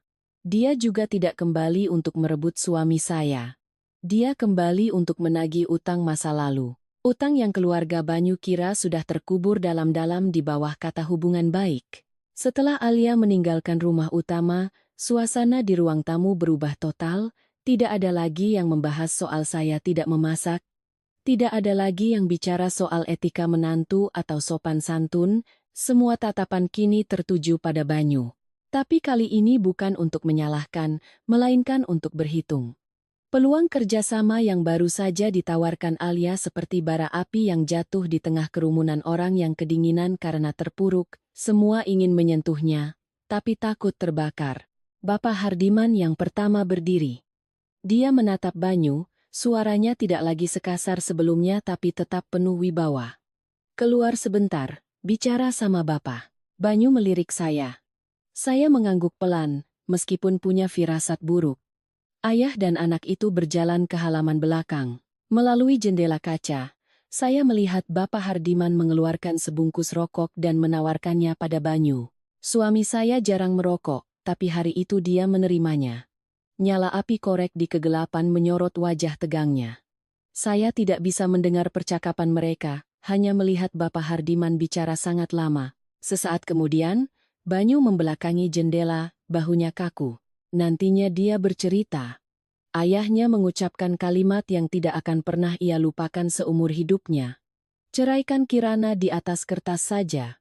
Beberapa tahun kerjasama dengan Alia sampai perusahaan bangkit lagi, setelah itu kamu mau kembali dengan siapapun terserah. Laki-laki kalau mau sukses besar, jangan biarkan urusan perasaan perempuan menghalangi. Saat mendengar Banyu menceritakan itu, hati saya terasa dingin.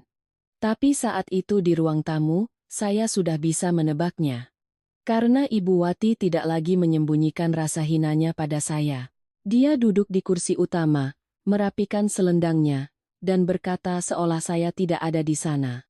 Dipikir-pikir, si Kirana ini selain wajahnya yang polos, bisa membantu apa untuk keluarga ini?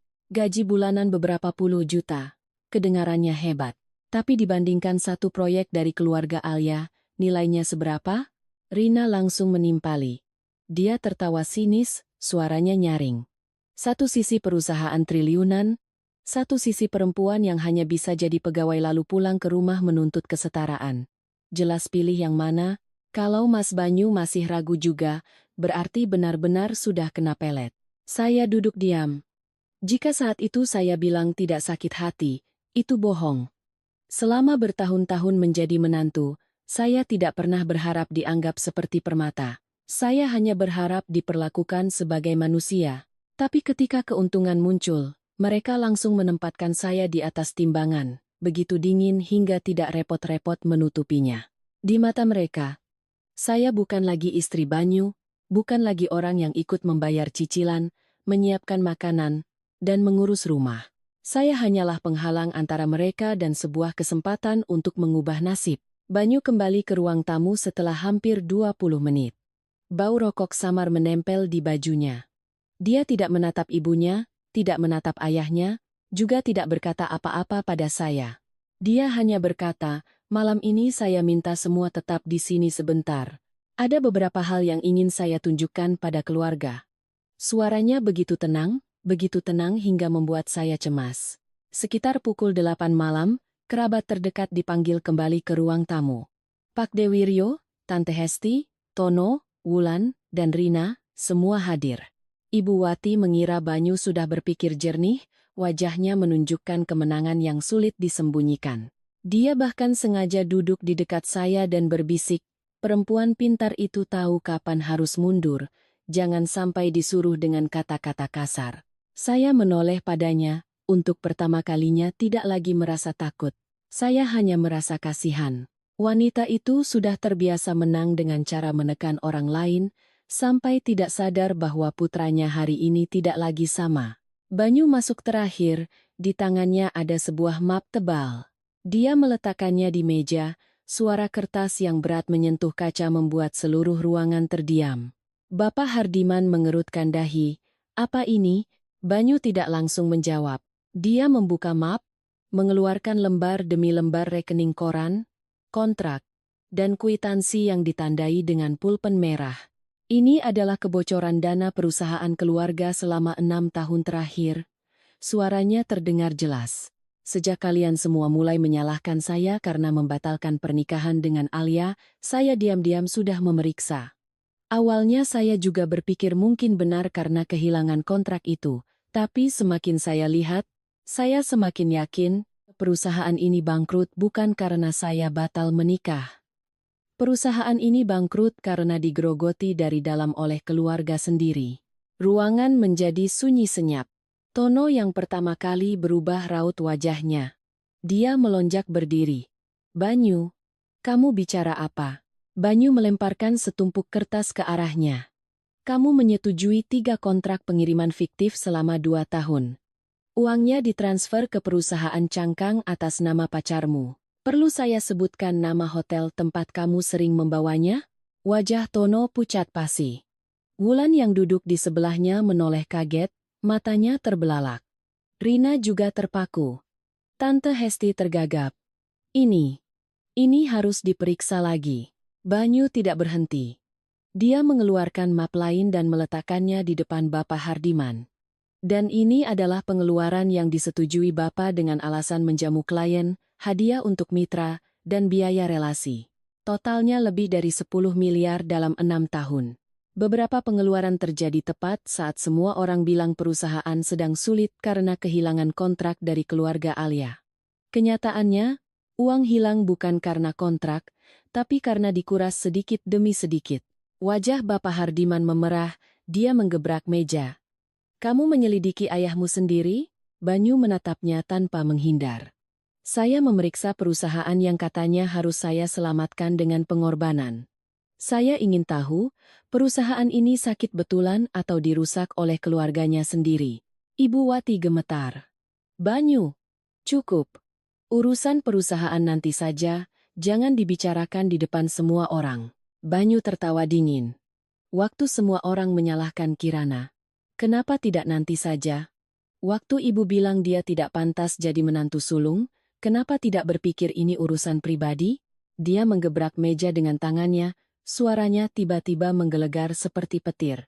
Kalian semua yang membuat perusahaan ini hancur, sekarang berani-beraninya menyalahkan istri saya. Tidak ada yang bisa bicara. Keheningan saat itu lebih berat dari makian manapun. Bapak Hardiman melonjak berdiri, wajahnya pucat karena marah. Dia maju, mengangkat tangannya hendak menampar Banyu.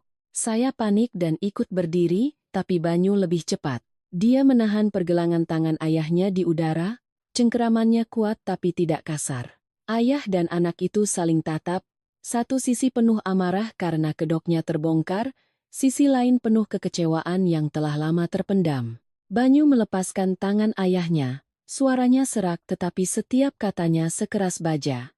Mulai hari ini, siapapun yang berani menyentuh Kirana lagi, jangan salahkan saya jika saya bongkar semuanya keluar. Seluruh ruangan bungkam. Ibu Wati terduduk lemas di kursinya. Tono menunduk dalam-dalam. Dan saya, berdiri di belakang Banyu, jantung saya berdebar begitu kencang hingga terasa sakit. Saya tahu, setelah kalimat itu, kami berdua telah secara resmi melewati batas terakhir dengan apa yang disebut keluarga suami. Setelah peringatan keras dari Banyu, seluruh ruang tamu hari itu hening. Tidak ada lagi yang punya muka untuk terus menyalahkan saya di depan tumpukan berkas yang tergeletak di meja. Tapi saya tahu, keheningan itu bukan pertanda pengakuan salah. Itu hanyalah mundurnya orang-orang yang baru saja terkena pukulan telak. Orang seperti Ibu Wati, seperti Tono, dan mereka yang terbiasa menggunakan nama keluarga untuk menekan orang lain tidak akan pernah menyerah hanya karena satu kali kedoknya terbongkar. 2 hari kemudian, apa yang saya khawatirkan akhirnya terjadi. Pagi itu, saya baru tiba di kantor ketika menerima pesan dari seorang rekan kerja yang akrab. Kirana, kamu sudah lihat ini? Apa ini tentang keluargamu? Disertainya sebuah tangkapan layar dari unggahan di grup WhatsApp keluarga besar. Unggahan itu tidak menyebut nama saya secara lengkap, tapi setiap kalimatnya menusuk langsung. Mulai dari ada tipe perempuan yang baru jadi menantu sudah menghasut suami melawan orang tua, hingga merebut rumah suami lalu mau menghancurkan perusahaan keluarga. Bahkan ada kalimat, perempuan bijak menjaga api, perempuan jahat membakar seluruh rumah leluhur. Saya membaca setiap kata, tangan saya terasa dingin. Unggahan itu menggunakan nada bijak, tetapi di baliknya tersembunyi kata-kata pedas yang dibungkus simpati. Penulisnya anonim, tetapi gaya bahasa dan penekanannya pada isu anak sulung, tanah leluhur, dan istri membuat suami durhaka membuat saya yakin itu berasal dari keluarga suami. Di bawahnya, puluhan komentar ikut meramaikan. Ada yang tidak tahu masalahnya ikut menghakimi, menantu seperti ini harus diberi pelajaran. Ada yang menulis, perempuan kalau sudah serakah harta memang menakutkan. Belum sempat saya mengirim pesan pada Banyu, telepon saya bergetar. Dari Wulan. Pesannya sangat panjang, nadanya masih semanis biasanya. Kirana, aku lihat semua orang bicaranya agak keterlaluan. Jangan sedih ya. Aku tahu kamu punya kesulitan sendiri, tapi sejujurnya, perempuan yang membuat suaminya melawan orang tua itu citranya jadi buruk. Coba kamu sedikit melunak, pulang dan minta maaf sama ibu mertua, pasti semua akan baik-baik saja. Saya menatap pesan itu dan hanya bisa tersenyum getir. Seseorang yang kemarin duduk menyaksikan semua kebenaran, hari ini masih bisa berpura-pura menjadi penengah, seolah sayalah penyebab semua ini. Saya belum membalas. Ketika di media sosial Rina muncul unggahan baru. Dia mengunggah foto Ibu Wati terbaring di tempat tidur dengan infus, wajahnya pucat, di sampingnya ada tisu bekas. Keterangannya hanya satu kalimat. Ada orang yang masuk ke sebuah keluarga lalu menghancurkannya. Ibuku sakit tapi tetap tidak mau menjelek-jelekkan siapapun. Di bawahnya, teman-temannya ramai bertanya. Rina tidak menjawab jelas, hanya memberikan komentar samar. Aku tidak bisa cerita, kasihan ibuku saja. Semakin samar, semakin orang penasaran, semakin mudah mereka membayangkan saya sebagai penjahatnya. Saya mematikan layar ponsel. Duduk diam di meja kerja untuk waktu yang lama. Kali ini saya tidak menangis. Mungkin air mata saya sudah kering oleh hari-hari sebelumnya. Yang tersisa hanyalah ketenangan yang dingin. Saya paham tujuan mereka bukan hanya mempermalukan saya. Mereka ingin mengisolasi saya, mengubah saya menjadi perempuan serakah, durhaka, dan perusak, agar nanti jika masalah dokumen rumah atau perusahaan terungkap, opini publik di keluarga sudah terlanjur menganggap sayalah sumber masalahnya. Siang harinya, saya menerima telepon lagi dari seorang mantan rekan kerja. Dia bertanya dengan ragu. Kirana, aku mau tanya jujur, kamu lagi ada masalah sama keluarga suami ya? Tadi pagi ada seorang ibu yang mengaku sebagai ibu mertuamu meneleponku, menyindir kalau kamu itu materialistis dan sedang memaksa suamimu untuk mengalihkan semua aset atas namamu. Saya memejamkan mata, menarik napas dalam-dalam. Ibu Wati sudah mulai menyerang keluar. Bukan hanya di lingkup keluarga, bukan hanya di media sosial. Dia ingin menyentuh reputasi profesional saya. Malam itu, saya menunjukkan semua itu pada Banyu. Dia membaca setiap unggahan, setiap pesan. Wajahnya semakin lama semakin dingin. Saat melihat foto Rina tentang ibu mereka yang diinfus, Banyu menggebrak meja. Aku akan bongkar semua berkas perusahaan, surat kuasa palsu, dan rekaman suara itu. Aku akan sebarkan semuanya agar mereka tahu siapa perusak yang sebenarnya. Saya menahan tangannya. Jangan. Banyu menoleh ke saya. Matanya merah karena marah. Kamu masih mau diam sampai kapan? Saya menatap lurus ke matanya, suara saya sangat tenang. Ini bukan soal diam. Kalau kita gegabah sekarang, mereka akan berhasil memainkan peran sebagai korban. Ibumu cukup dirawat 1 hari lagi. Rina mengunggah 1 foto lagi. Seluruh keluarga akan mengatakan kita menekan orang tua sampai putus asa. Kalau mau mereka tidak bisa mengelak lagi, kita harus biarkan mereka beraksi lebih jauh. Banyu menatap saya sangat lama. Mungkin untuk pertama kalinya dia menyadari bahwa istri yang selama ini diam di meja makan keluarga sudah bukan lagi orang yang hanya bisa pasrah. Aku tidak mau berteriak untuk memenangkan 1 pertempuran kecil. Aku ingin mereka meninggalkan jejak yang cukup untuk pertempuran terakhir. Akhirnya, Banyu mengangguk. Dia menggenggam tangan saya, suaranya serak. Baik, aku menurutimu. Tapi berjanjilah, apapun yang terjadi, langsung beritahu aku. Sejak hari itu, saya mulai mengumpulkan semua tangkapan layar unggahan anonim, komentar, pesan dari Wulan, unggahan Rina, bahkan riwayat panggilan dari Ibu Wati ke mantan rekan kerja saya. Saya menyimpan setiap file berdasarkan tanggal dan waktu, menyalinnya ke komputer dan sebuah hard drive eksternal. Pada saat yang sama, saya menelepon Rizka, seorang teman kuliah yang sekarang bekerja di kantor hukum. Setelah mendengar cerita saya, Rizka berkata singkat, "Kirana, ini bukan lagi sekadar masalah keluarga. Ini pencemaran nama baik, pelanggaran privasi, dan pemalsuan dokumen aset. Semua harus ada buktinya. Jangan melawan dengan emosi, lawan dengan berkas." Kalimat itu menguatkan saya. Tapi tepat ketika saya merasa sudah sedikit memegang kendali, sebuah panggilan asing muncul di layar. Saya mengangkatnya. Di seberang hening sejenak, lalu terdengar suara Alia, "Mbak Kirana, saya mau bertemu empat mata." Saya menggenggam ponsel. "Kalau ada yang mau dibicarakan, lewat telepon saja." Alia menghela napas pelan. "Tidak bisa. Dan juga tidak aman untuk Anda. Kalau Anda masih berpikir ini hanya soal mereka menjelek-jelekan nama baik Anda." Saya berdiri dan berjalan ke balkon, merendahkan suara. "Apa yang kamu tahu?" Alia berkata sangat perlahan, setiap katanya membuat punggung saya merinding.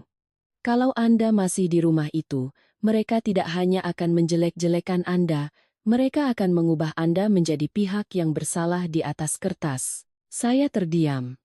Angin di balkon membuat telapak tangan saya terasa dingin. Saya bertanya lagi, "Apa maksudmu?"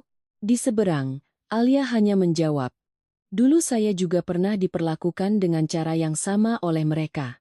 Lalu dia mengirimkan sebuah alamat kafe dan menutup telepon. Saya berdiri di sana untuk waktu yang lama, menatap layar yang sudah gelap. Di dalam hati saya tahu, badai yang sesungguhnya masih ada di depan. Keesokan paginya, saya tiba di lokasi pertemuan 10 menit lebih awal. Sebuah kedai kopi di jalan kecil yang cukup tenang. Di depannya ada deretan pohon palem, di dalam terdengar alunan musik lembut. Saya memilih meja di sudut, membelakangi dinding, dengan pandangan yang bisa mengawasi pintu masuk. Sejak telepon semalam, saya sadar Alia tidak mengajak saya bertemu hanya untuk bernostalgia. Tapi tetap saja, saya tidak bisa sepenuhnya mempercayainya. Seorang wanita yang pernah menjadi calon istri suami saya, yang pernah dipuja-puja oleh seluruh keluarganya, tiba-tiba berbalik memberi saya peringatan. Bohong jika saya bilang saya tidak waspada. Tepat pukul 9, Alia masuk. Hari ini dia mengenakan kemeja biru muda dan celana panjang hitam. Riasannya sangat tipis, tidak ada lagi kesan glamor seperti saat di rumah utama, juga tidak ada senyum dingin di hadapan Ibu Wati. Dia terlihat seperti orang yang baru saja sembuh dari sakit panjang, lelah, tetapi berusaha tetap tegap. Dia duduk di hadapan saya, memesan air mineral, lalu tanpa basa-basi meletakkan sebuah USB dan setumpuk dokumen lama yang tepiannya sudah menguning di atas meja. Saya menatap benda-benda itu, tidak langsung menyentuhnya. Alia memahami kewaspadaan saya. Dia tersenyum sinis. "Anda tidak perlu langsung percaya pada saya. Kalau saya jadi Anda, saya juga tidak akan percaya." Saya bertanya langsung, "Lalu untuk apa Anda mengajak saya bertemu?" Alia menunduk menatap gelasnya, suaranya serak. "Agar Anda tahu bahwa cerita yang keluarga Banyu ceritakan tentang saya tidak sepenuhnya salah, tapi juga tidak sepenuhnya benar. Saya pernah salah, pernah liar, pernah bodoh. Tapi saya tidak dengan sendirinya menjadi bidak catur di tangan mereka." Kalimat itu membuat saya terdiam. Alia membuka map, mengeluarkan beberapa foto lama, salinan bukti transfer, dan sebuah surat pernyataan tulisan tangan. Dia bercerita perlahan, seolah setiap kata harus ditarik dari sebuah kenangan yang menyakitkan. Tahun itu, saat kedua keluarga mulai membahas pernikahan, Orang yang paling sering membawanya bertemu dengan mitra bisnis dari pihak Banyu bukanlah Banyu, melainkan Tono. Saat itu, Tono masih berperan sebagai koordinator kontrak, mulutnya selalu manis mengatakan ingin membantu kedua pihak lebih akrab. Awalnya hanya makan-makan, beberapa pesta, lalu berlanjut ke klub malam, dan ruang-ruang privat. Sebuah lingkaran pergaulan yang ia sendiri tidak sadar kapan mulai terjerat. Saya tidak menyalahkan orang lain sepenuhnya, kata Alia, menatap lurus ke arah saya. Saya salah karena terlalu mudah terbawa, karena ingin membuktikan saya juga bisa bergaul bebas, bisa masuk ke dunia bisnis mereka. Tapi Tono yang membawa saya ke sana. Dia tahu saya masih muda, gengsi tinggi, dan tertekan oleh keluarga untuk menjadi putri yang sempurna. Dia hanya perlu memuji sedikit, menuangkan beberapa gelas minuman, dan mengatakan hal-hal seperti, kamu harus berpengalaman dulu baru bisa memimpin perusahaan. Dan saya, dengan bodohnya, percaya. Mendengar itu, hati saya terasa berat. Alia bercerita, ketika dia mulai ingin berhenti, Tono berbalik mengancam. Dia menyimpan foto-foto dan video, menggunakannya untuk memaksa Alia tetap hadir di pertemuan-pertemuan bisnis. Bukan hanya untuk mengendalikannya, tapi juga untuk menekan perusahaan ayahnya. Jika Alia menolak, dia akan menyebarkannya sebelum pernikahan untuk mempermalukan kedua keluarga. Saat itu saya takut sekaligus malu. Semakin saya sembunyikan, semakin saya diancam. Sampai akhirnya Mas Banyu mengetahuinya. Saya justru merasa lega karena setidaknya ada yang berani menghentikan kubangan lumpur itu. Saya membuka salah satu salinan rekening koran di map itu. Di sana tertera banyak transaksi antara perusahaan keluarga Banyu dan sekelompok perantara di luar. Beberapa transaksi dicatat dengan indah. Biaya jamuan klien, hadiah mitra, dukungan media, biaya relasi. Tapi Alia melingkari beberapa nama, mengatakan mereka adalah orang-orang yang menerima uang untuk memengaruhi staf di perusahaan ayahnya. Ada transfer yang dilakukan tepat saat kontrak material akan ditandatangani, ada juga yang dilakukan setelah Banyu membatalkan pernikahan, saat keluarga Banyu berkoar-koar bahwa perusahaan mereka merugi karena kehilangan mitra. Kenyataannya, kata Alia, sebagian uang sudah ditarik keluar sebelumnya. Tono dan Bapak Hardiman menggunakan alasan biaya relasi untuk mengambil uang. Ketika pernikahan dibatalkan, mereka punya kambing hitam yang sempurna. Semua kerugian dilimpahkan pada Banyu, sementara uang yang mereka ambil terkubur selamanya di dalam pembukuan. Melihat angka-angka itu, saya tiba-tiba paham, kenapa Banyu pernah berkata perusahaan mereka bangkrut bukan karena kehilangan kontrak, tapi karena digerogoti dari dalam.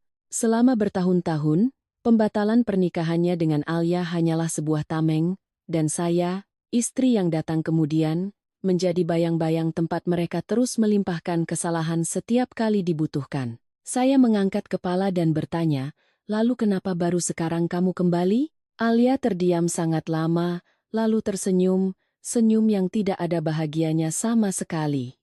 Karena ayah saya sudah meninggal. Sebelum meninggal, beliau menyerahkan seluruh kendali perusahaan pada saya, dengan satu pesan. Kalau mau mempertahankan perusahaan ini, kamu harus selesaikan semua utang lama. Saya menggantikan ayah saya, dan saya ingin mengambil kembali apa yang telah mereka ambil dari keluarga saya. Saya menatap wanita di hadapan saya. Saya tidak berpikir dia orang yang sepenuhnya baik. Alia pernah salah, pernah lemah, pernah terseret ke hal-hal yang tidak bisa ia atasi saat masih muda, tapi saya juga tidak bisa menyangkal. Dalam permainan catur ini, dia tidak lagi berada di pihak yang sama dengan keluarga Banyu. Dia punya dendamnya sendiri, sementara saya punya kehormatan, rumah, dan kehidupan yang harus saya pertahankan. Dua wanita yang seharusnya menjadi rival, akhirnya duduk di meja yang sama karena sama-sama dijadikan alat oleh tipe orang yang sama. Sebelum pergi, Alia membuka ponselnya dan memutarkan sebuah rekaman suara untuk saya. Suara Ibu Wati terdengar sangat jelas, tidak ada lagi nada bijak seperti biasanya. Kalau bisa menikah dengannya, uang keluarganya juga jadi uang kita. Anak perempuan seperti itu dimanja, digertak sedikit juga nurut. Yang penting kedua keluarga terikat. Mendengar itu, bulu kuduk saya meremang. Ternyata dari awal, di mata Ibu Wati, menantu tidak pernah dianggap keluarga. Menantu hanyalah sebuah pintu untuk mendapatkan uang, relasi, dan kekuasaan. Alia menyimpan ponselnya, mendorong USB ke arah saya. Di sini ada rekaman lengkap dan beberapa file audit. Berikan pada Banyu, tapi jangan terburu-buru digunakan. Mereka sedang menunggu Anda gegabah agar bisa mengubah Anda menjadi perusak. Saya mengambil USB itu, telapak tangan saya terasa seberat batu. Saya bertanya pelan, apa yang kamu inginkan dari saya? Alia berdiri, menyampirkan tasnya. Tatapannya lelah tetapi sangat jernih. Saya tidak butuh Anda mempercayai saya. Saya hanya butuh Anda selamat dari permainan ini. Selesai berkata, dia meninggalkan kedai kopi itu. Saya duduk di sana untuk waktu yang lama, menatap USB di tangan saya. Di luar, matahari sudah mulai terik. Orang-orang berlalu lalang dengan kesibukan mereka. Sementara saya sadar bahwa mulai saat ini, pertarungan kami bukan lagi hanya melawan beberapa fitnah atau selembar surat kuasa palsu. Ini adalah pertarungan melawan sebuah jaringan kekuasaan yang disamarkan dengan nama keluarga, di mana perempuan dijadikan alat tukar, dan ketika sudah tidak berguna, disalahkan, dicemarkan nama baiknya, dan disingkirkan dari papan catur. Seminggu setelah pertemuan dengan Alia, perusahaan keluarga suami saya mengadakan sebuah rapat besar. Secara resmi, itu adalah pertemuan untuk membahas kelanjutan kerjasama dengan perusahaan Alia. Tapi di dalam hati saya tahu, bagi keluarga Banyu, ini bukan sekadar rapat bisnis. Ini adalah kesempatan bagi mereka untuk menarik kami kembali ke dalam lingkaran kekuasaan mereka, memaksa kami menyaksikan apa yang mereka sebut sebagai kepentingan yang lebih besar. Pagi itu, Ibu Wati menelepon Banyu sangat awal. Saya yang berdiri di sebelahnya bisa mendengar dengan jelas suaranya di telepon. Hari ini kamu harus bawa si Kirana juga. Biar dia lihat sendiri bagaimana rapat yang sesungguhnya berjalan, supaya dia tahu posisinya di mana. Jangan mentang-mentang dibela suami sedikit sudah merasa jadi nyonya besar. Banyu mengerutkan dahi hendak membalas, tetapi saya meletakkan tangan di lengannya, memberi isyarat agar tenang. Saya tidak lagi takut pada sindiran seperti itu. Ketika orang sengaja menarik kita untuk menonton sebuah drama, cara terbaik bukanlah menghindar, melainkan duduk dan melihat siapa sebenarnya yang akan lupa pada naskahnya. Saya memilih pakaian yang sangat sederhana. Kemeja krem dan celana panjang hitam, tanpa perhiasan mencolok atau riasan tebal. Banyu menatap saya melalui cermin dan bertanya pelan, "Kamu yakin mau ikut?" Saya mengangguk. Aku ikut bukan untuk bersaing dengan siapapun. Aku ikut untuk mendengarkan semua yang ingin mereka katakan. Banyu terdiam sejenak, lalu menggenggam tangan saya. Genggaman itu bukan lagi sekadar penghiburan seperti saat pertama kali dia mengajak saya makan di luar. Rasanya seperti sebuah janji tanpa kata bahwa ruangan manapun yang kami masuki, kami tidak akan terpisah. Ruang rapat perusahaan terletak di lantai paling atas. Ketika kami masuk, hampir semua orang sudah hadir. Bapak Hardiman duduk di ujung meja, mengenakan setelan jas rapi, wajahnya berwibawa seperti seorang direktur teladan. Ibu Wati duduk di sebelahnya, penampilannya elegan dengan kalung mutiara, matanya melirik saya sekilas lalu membuang muka. Tono duduk di seberang, dengan senyum setengah mengejek. Dia terus menatap saya dan Banyu bergantian, dengan ekspresi kemenangan seolah yakin hari ini kami harus tunduk pada permainannya. Selain kerabat, di ruangan itu juga ada perwakilan dari pihak Alia, pengacaranya, 2 staf audit internal, dan seorang perwakilan dari bank yang pernah mengurus KPR kami. Kehadiran perwakilan bank membuat Ibu Wati sedikit terkejut, tapi dia cepat-cepat kembali tenang. Saya melihatnya dan tahu, Alia telah mempersiapkan segalanya lebih matang dari yang mereka duga. Rapat dimulai dengan pidato dari Bapak Hardiman. Dia berbicara perlahan, suaranya dalam dan hangat. Keluarga kami telah berbisnis selama bertahun-tahun, selalu menjunjung tinggi kepercayaan dan tradisi. Kesalahpahaman di masa lalu biarlah berlalu. Hari ini kita berkumpul dengan semangat kerjasama untuk maju bersama. Mendengarnya, jika tidak tahu soal berkas kebocoran dana, tanda tangan palsu, dan paksaan pernikahan demi kontrak, Mungkin semua orang akan menganggapnya sebagai orang yang jujur. Tapi saat itu, setiap kata kepercayaan dan tradisi hanya membuat saya merinding. Giliran Alia bicara. Dia berdiri. Tidak menatap siapapun secara khusus, suaranya tenang. Pihak kami bersedia mempertimbangkan untuk bekerja sama kembali. Tapi sebelum membahas proyek baru, kami perlu mengklarifikasi beberapa masalah yang tertunda dari transaksi-transaksi lama. Selesai berkata, dia menoleh ke staf teknis. Tolong tampilkan hasil audit keuangannya. Layar besar di ujung ruangan menyala. Awalnya menampilkan ringkasan kontrak, angka, dan arus kas. Semua orang masih tampak serius. Tapi beberapa menit kemudian, ketika pos-pos pengeluaran tidak wajar yang ditandai merah mulai muncul satu persatu, ruang rapat mulai berbisik. Ada dana yang mengalir melalui 3 lapis perusahaan perantara dan akhirnya masuk ke sebuah perusahaan kecil atas nama kenalan Tono. Ada biaya jamuan klien yang mencapai ratusan juta tanpa bukti yang sah. Ada kontrak pengiriman fiktif yang tanggalnya bertepatan dengan saat Tono sedang dinas di luar kota. Wajah Tono berubah. Dia duduk tegap dan memotong. Data ini diambil dari mana? Ini dokumen internal. Tidak bisa sembarangan ditampilkan di rapat seperti ini.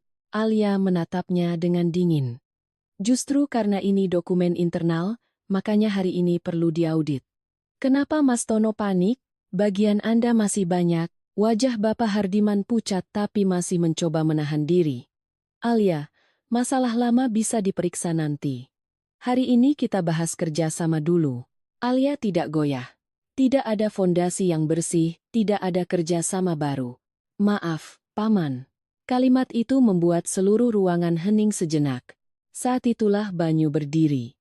Dia meletakkan sebuah map lain di depan semua orang. Saya tambahkan satu hal lagi yang bukan urusan perusahaan, tapi berhubungan dengan integritas beberapa orang yang hadir di sini. Dia menampilkan salinan surat kuasa palsu di layar, beserta berita acara dari bank yang menyatakan pengajuan berkas telah dihentikan. Perwakilan bank mengkonfirmasi dengan jelas bahwa berkas terkait rumah kami memiliki indikasi kejanggalan dan tidak akan diproses lebih lanjut. Saya berdiri di belakang Banyu. Tangan saya sedikit dingin, tapi suara saya sangat tenang. Saya memaparkan secara singkat bukti-bukti yang telah saya simpan, unggahan anonim yang menjelek-jelekkan saya, pesan dari Wulan, unggahan Rina yang menggunakan foto ibu mertuanya untuk menyudutkan saya, hingga panggilan telepon Ibu Wati ke mantan rekan kerja saya. Saya tidak melebih-lebihkan, tidak menangis, hanya menyajikan fakta sesuai urutan waktu. Ibu Wati gemetar dan membentak. Kamu membawa masalah rumah tangga untuk mempermalukan kami di luar? Saya menatap lurus ke arahnya. Kali ini saya tidak menghindar. Tidak, Bu. Saya hanya mengembalikan kebenaran pada tempatnya. Ketika Ibu menggunakan kehormatan saya sebagai senjata, saya berhak menggunakan bukti untuk membela diri. Suasana di ruangan begitu berat hingga terasa sulit bernapas. Dan tepat pada saat itu, Alia memutar rekaman suara terakhir. Suara Tono terdengar sangat jelas. Paksa saja si Banyu cerai. Begitu Kirana keluar dari rumah, surat-suratnya lebih gampang diurus. Selama namanya masih tercantum, susah kita utak-atik rumah itu, seluruh ruangan membeku. Tono melonjak berdiri, wajahnya pucat pasi. Kamu merekayasa ini. Ini fitnah. Tapi tidak ada yang menanggapinya. Karena kalimat itu sudah terlalu jelas. Itu membuktikan semua serangan terhadap saya, bukan karena emosi sesaat, melainkan sebuah rencana yang terstruktur. Perwakilan bank langsung menyatakan seluruh berkas terkait aset kami akan dibekukan dan akan diserahkan ke bagian hukum untuk ditinjau. Pengacara Alia berdiri, menuntut audit independen atas seluruh aktivitas keuangan perusahaan keluarga selama 6 tahun terakhir. Tono panik, mendorong kursinya hendak keluar, tetapi 2 petugas keamanan sudah berjaga di pintu. Banyu menatapnya, suaranya begitu dingin hingga seisi ruangan menahan napas. Mau kemana?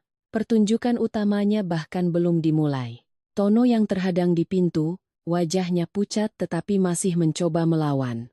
Kalian tidak punya hak menahan saya akan tuntut. Tapi ancamannya terdengar lemah, Angka-angka di layar, rekaman suara, dan tatapan semua orang sudah cukup membuatnya sadar bahwa posisinya tidak lagi di atas. Bapak Hardiman duduk kaku di ujung meja, kedua tangannya terkepal di atas meja kayu. Wajahnya yang tadinya berwibawa kini kelabu seperti orang yang kehabisan tenaga. Di saat semua bukti mengarah pada Tono dan Bapak Hardiman, Ibu Wati tiba-tiba memegangi dadanya dan terengah-engah. Dia bersandar di kursi, tangannya gemetar memegangi tepi meja, suaranya tercekat, saya tidak tahu apa-apa. Saya hanya seorang ibu rumah tangga. Urusan perusahaan itu urusan laki-laki. Saya hanya sayang anak, sayang suami, sayang keluarga ini, makanya saya jadi panik. Selesai berkata, dia menyeka matanya dengan sapu tangan. Ekspresi lemah itu, jika di situasi lain, mungkin akan membuat banyak orang luluh. Tapi setelah semua yang terjadi, saya hanya merasa dingin. Dia masih bersandiwara. Bahkan ketika panggungnya sudah runtuh, dia masih mencoba mengenakan kostum seorang ibu yang menderita. Dia tidak mengakui perannya dalam memfitnah saya, tidak mengakui perannya dalam menekan Banyu, apalagi soal dokumen rumah. Di mulutnya, semuanya berubah menjadi kasih sayang, kekhawatiran, dan pengorbanan seorang wanita untuk keluarganya. Rina yang duduk di ujung meja tiba-tiba menangis. Mungkin dari awal dia tidak mengira masalahnya akan seserius ini. Ketika pengacara Alia menyinggung soal konsekuensi hukum bagi penyebar informasi palsu, wajahnya pucat pasi. Dia berdiri gemetar, suaranya pecah. Aku hanya mengunggah status. Ibu yang menyuruhku, katanya biar semua orang tahu Kak Kirana keterlaluan. Aku tidak tahu soal surat-surat rumah, aku tidak tahu apa-apa. Seluruh ruangan menoleh ke arah Ibu Wati. Rina melanjutkan sambil menangis, seolah mencoba melepaskan diri dari jerat. Ibu bilang Kak Kirana membuat Mas Banyu berubah, bilang kita harus membuat seluruh keluarga memihak kita supaya Kak Kirana takut. Ibu juga yang menyuruhku mengunggah foto ibu di infus biar orang-orang kasihan. Aku hanya menuruti perintah ibu. Soal tanda tangan palsu dan urusan bank, aku benar-benar tidak tahu. Diam, bentak Ibu Wati. Suaranya begitu tajam hingga Rina terlonjak. Tapi sudah terlambat. Kalimat itu seperti gunting terakhir yang merobek tirai yang coba ia pertahankan. Tak perlu bukti lain. Putrinya sendiri telah tanpa sengaja menyeretnya ke terang. Ruangan hening mencekam. Orang-orang yang tadinya percaya, dia hanya seorang ibu yang sayang anak mulai menatapnya dengan pandangan berbeda. Banyu berdiri sangat lama tanpa bicara. Saya melihat tangannya terkepal di tepi meja. Ini bukan lagi amarah yang meledak-ledak, melainkan rasa sakit seorang anak yang akhirnya harus menerima kenyataan bahwa ibunya tahu segalanya. Dia menatap Ibu Wati, suaranya serak. Jadi, ibu tahu semuanya. Ibu tahu soal unggahan yang memfitnah Kirana, tahu soal rencana menekan dia dengan keluarga besar, tahu soal masalah berkas rumah. Ibu Wati menatap putranya. Selama beberapa detik wajahnya masih panik, tapi kemudian, seolah sadar sandiwaranya sudah berakhir, dia tiba-tiba tertawa, tawa yang tidak keras, tapi sinis dan dingin hingga membuat merinding. Dia meletakkan sapu tangannya, duduk tegap, tatapannya setajam pisau. Tahu, memangnya kenapa? Aku melakukan semuanya demi keluarga besar ini. Kamu anak sulung, kamu tidak punya hak untuk hidup egois. Kalimat itu membuat hati saya mencelos. Ternyata pada akhirnya, dia sama sekali tidak merasa bersalah. Baginya, semua yang ia lakukan bisa dimaafkan selama dibungkus dengan nama keluarga besar. Saya menatapnya dan bertanya dengan sangat perlahan. Jadi, ibu berhak memaksa anak ibu menikahi orang lain, memaksa menantu melayani seluruh keluarga, lalu memalsukan surat-surat rumah kami? Dia menoleh ke saya. Matanya penuh kebencian. Jangan berani-beraninya kamu mengajari saya. Menantu itu harus bisa berkorban. Kalau tidak bisa berkorban, pergi saja. Rumah ini tidak akan kekurangan perempuan yang mau masuk. Kalimat itu jatuh di ruang rapat seperti sebuah tamparan. Bukan hanya saya, bahkan orang-orang di luar keluarga pun tertegun. Perwakilan bank menunduk mencatat. Pengacara Alia diam mengamati, sementara Alia sendiri menatapnya dengan pandangan campuran antara sinis dan dingin. Banyu berdiri diam beberapa saat, lalu perlahan mengangkat tangannya dan melepas cincin yang ada di jari saya. Itu adalah cincin yang pernah dipaksakan Ibu Wati untuk saya pakai di hari pernikahan, katanya agar menantu ingat pada akarnya. Saya selalu menjaganya dengan baik karena menganggapnya sebagai pusaka keluarga. Tapi saat ini, ketika Banyu meletakkan cincin itu di meja di hadapan ibunya, suaranya yang pelan terdengar seberat pintu yang tertutup. Dia berkata, "Mulai hari ini, jangan lagi gunakan kata keluarga untuk mengikat saya, Bu." Ibu Wati terbelalak seolah tidak percaya putranya berani melakukan itu. Amarahnya meledak, dia menerjang ke arah saya, tangannya terangkat, mulutnya berteriak. "Semua ini gara-gara kamu. Kamu membuat anakku melawan ibunya."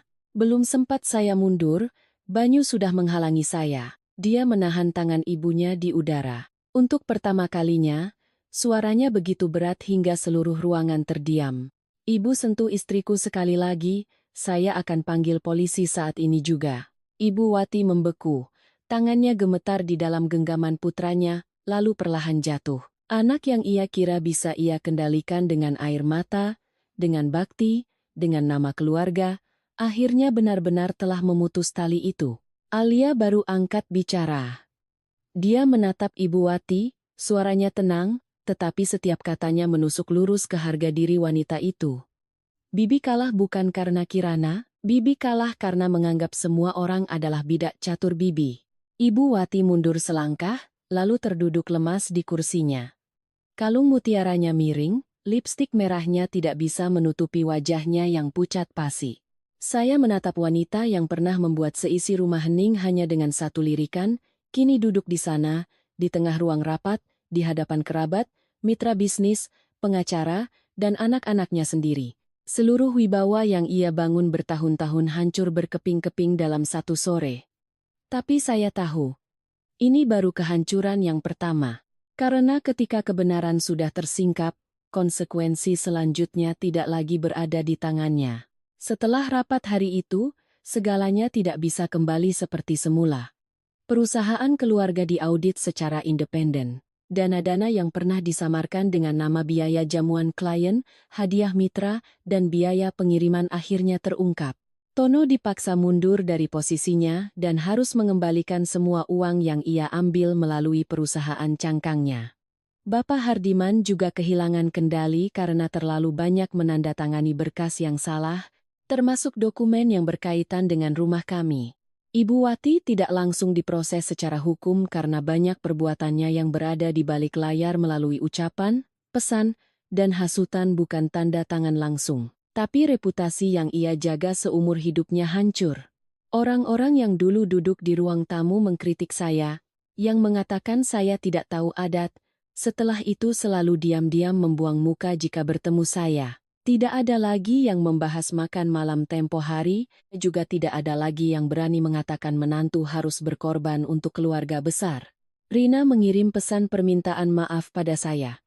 Pesannya sangat panjang, mungkin sudah ia tulis dan hapus berkali-kali. Dia bilang dia salah, terbawa oleh ibunya, dan baru sadar betapa kekanak-kanakan dan egoisnya dia setelah semuanya terbongkar. Saya membacanya sampai selesai tapi tidak langsung membalas. Bukan karena sombong atau masih dendam, hanya saja ada luka yang tidak bisa sembuh hanya dengan satu permintaan maaf. Saya butuh waktu, dan saya rasa Rina juga butuh waktu untuk mengerti bahwa meminta maaf bukanlah akhir, melainkan awal dari sebuah perubahan. Saya tidak merasa puas melihat kekacauan di keluarga suami. Sejujurnya, saya hanya merasa lega. Lega karena akhirnya kebenaran tidak lagi terkubur di bawah kata keluarga. Lega karena fitnah tidak lagi membebani kehormatan saya. Lega karena rumah yang kami cicil setiap bulan kini surat-suratnya sudah diverifikasi ulang dengan jelas, hanya menjadi hak milik kami berdua. Tidak ada lagi yang bisa menggunakan alasan tanah leluhur, keluarga besar, atau air mata orang tua untuk meremehkan kerja keras kami. Banyu menarik diri sepenuhnya dari perusahaan keluarga. Dia berkata pada saya, Jika masih di sana, dia akan selamanya terseret dalam utang masa lalu, konflik masa lalu, dan harapan-harapan yang tidak pernah menjadi miliknya. Dia membuka kantor konsultan sendiri bersama beberapa rekan terpercaya. Awalnya sangat sulit, kadang dia pulang lebih larut dari sebelumnya, tetapi kelelahan di wajahnya berbeda. Bukan lagi kelelahan orang yang terkoyak oleh keluarga, melainkan kelelahan seseorang yang sedang membangun jalannya sendiri. Sementara saya melanjutkan pekerjaan saya. Saya menerima posisi supervisor, lembur jika perlu, istirahat saat lelah, bertemu teman saat ingin. Terdengar sederhana, tapi bagi saya itu adalah sebuah kebebasan yang sangat besar. Saya tidak lagi harus menjelaskan kenapa pulang terlambat. Tidak lagi takut membuka pintu dan mendapati tatapan-tatapan yang menunggu saya masuk dapur, tidak lagi hidup dengan perasaan bersalah, hanya karena saya juga bisa merasa lelah. Suatu sore di akhir bulan, saat hujan gerimis, Ibu Wati datang ke rumah kami. Dia berdiri di luar pintu, tidak membawa apa-apa, juga tidak ada lagi aura berkuasa seperti dulu. Banyu membukakan pintu, menatap ibunya sangat lama, lalu mempersilakannya masuk. Ibu Wati duduk di tepi sofa, kedua tangannya di atas lutut, posturnya terlihat lebih kecil dibandingkan wanita yang dulu bisa membuat seisi ruangan hening hanya dengan satu lirikan. Dia terdiam cukup lama, lalu berkata sangat pelan, "Ibu hanya ingin keluarga ini tidak kalah dari siapapun." Suaranya serak, tidak lagi tajam, tidak lagi yakin. Saya duduk di hadapannya, mendengar kalimat itu dan tidak tahu harus merasa sedih atau kasihan. Mungkin seumur hidupnya dia hidup dalam ketakutan dipandang rendah, sehingga dia berusaha mengumpulkan kekuasaan, citra, dan kepatuhan anak-anaknya untuk membangun sebuah benteng yang kokoh. Tapi semakin tebal benteng itu, semakin sesak orang-orang di dalamnya. Banyu menatap ibunya, suaranya dalam tapi tidak lagi marah. "Tapi ibu mengubah rumah kita menjadi tempat yang tidak ingin seorang pun datangi." Ibu Wati menunduk. Saya melihat bibirnya bergerak seolah ingin mengatakan sesuatu pada saya, mungkin sebuah permintaan maaf. Tapi pada akhirnya dia tidak mengucapkannya. Dia hanya berdiri, merapikan selendangnya, lalu berjalan pelan keluar pintu. Saya tidak menahannya, juga tidak mengusirnya. Saya hanya berdiri diam menatapnya pergi. Ada permintaan maaf yang datang terlalu terlambat, bukan untuk menyembuhkan seketika, tapi mungkin hanya untuk mengurangi sedikit rasa bersalah si pembuat luka. Saya tidak tahu apakah suatu hari nanti saya bisa benar-benar berdamai dengannya, tapi saya tahu, sejak hari itu, saya tidak lagi takut padanya.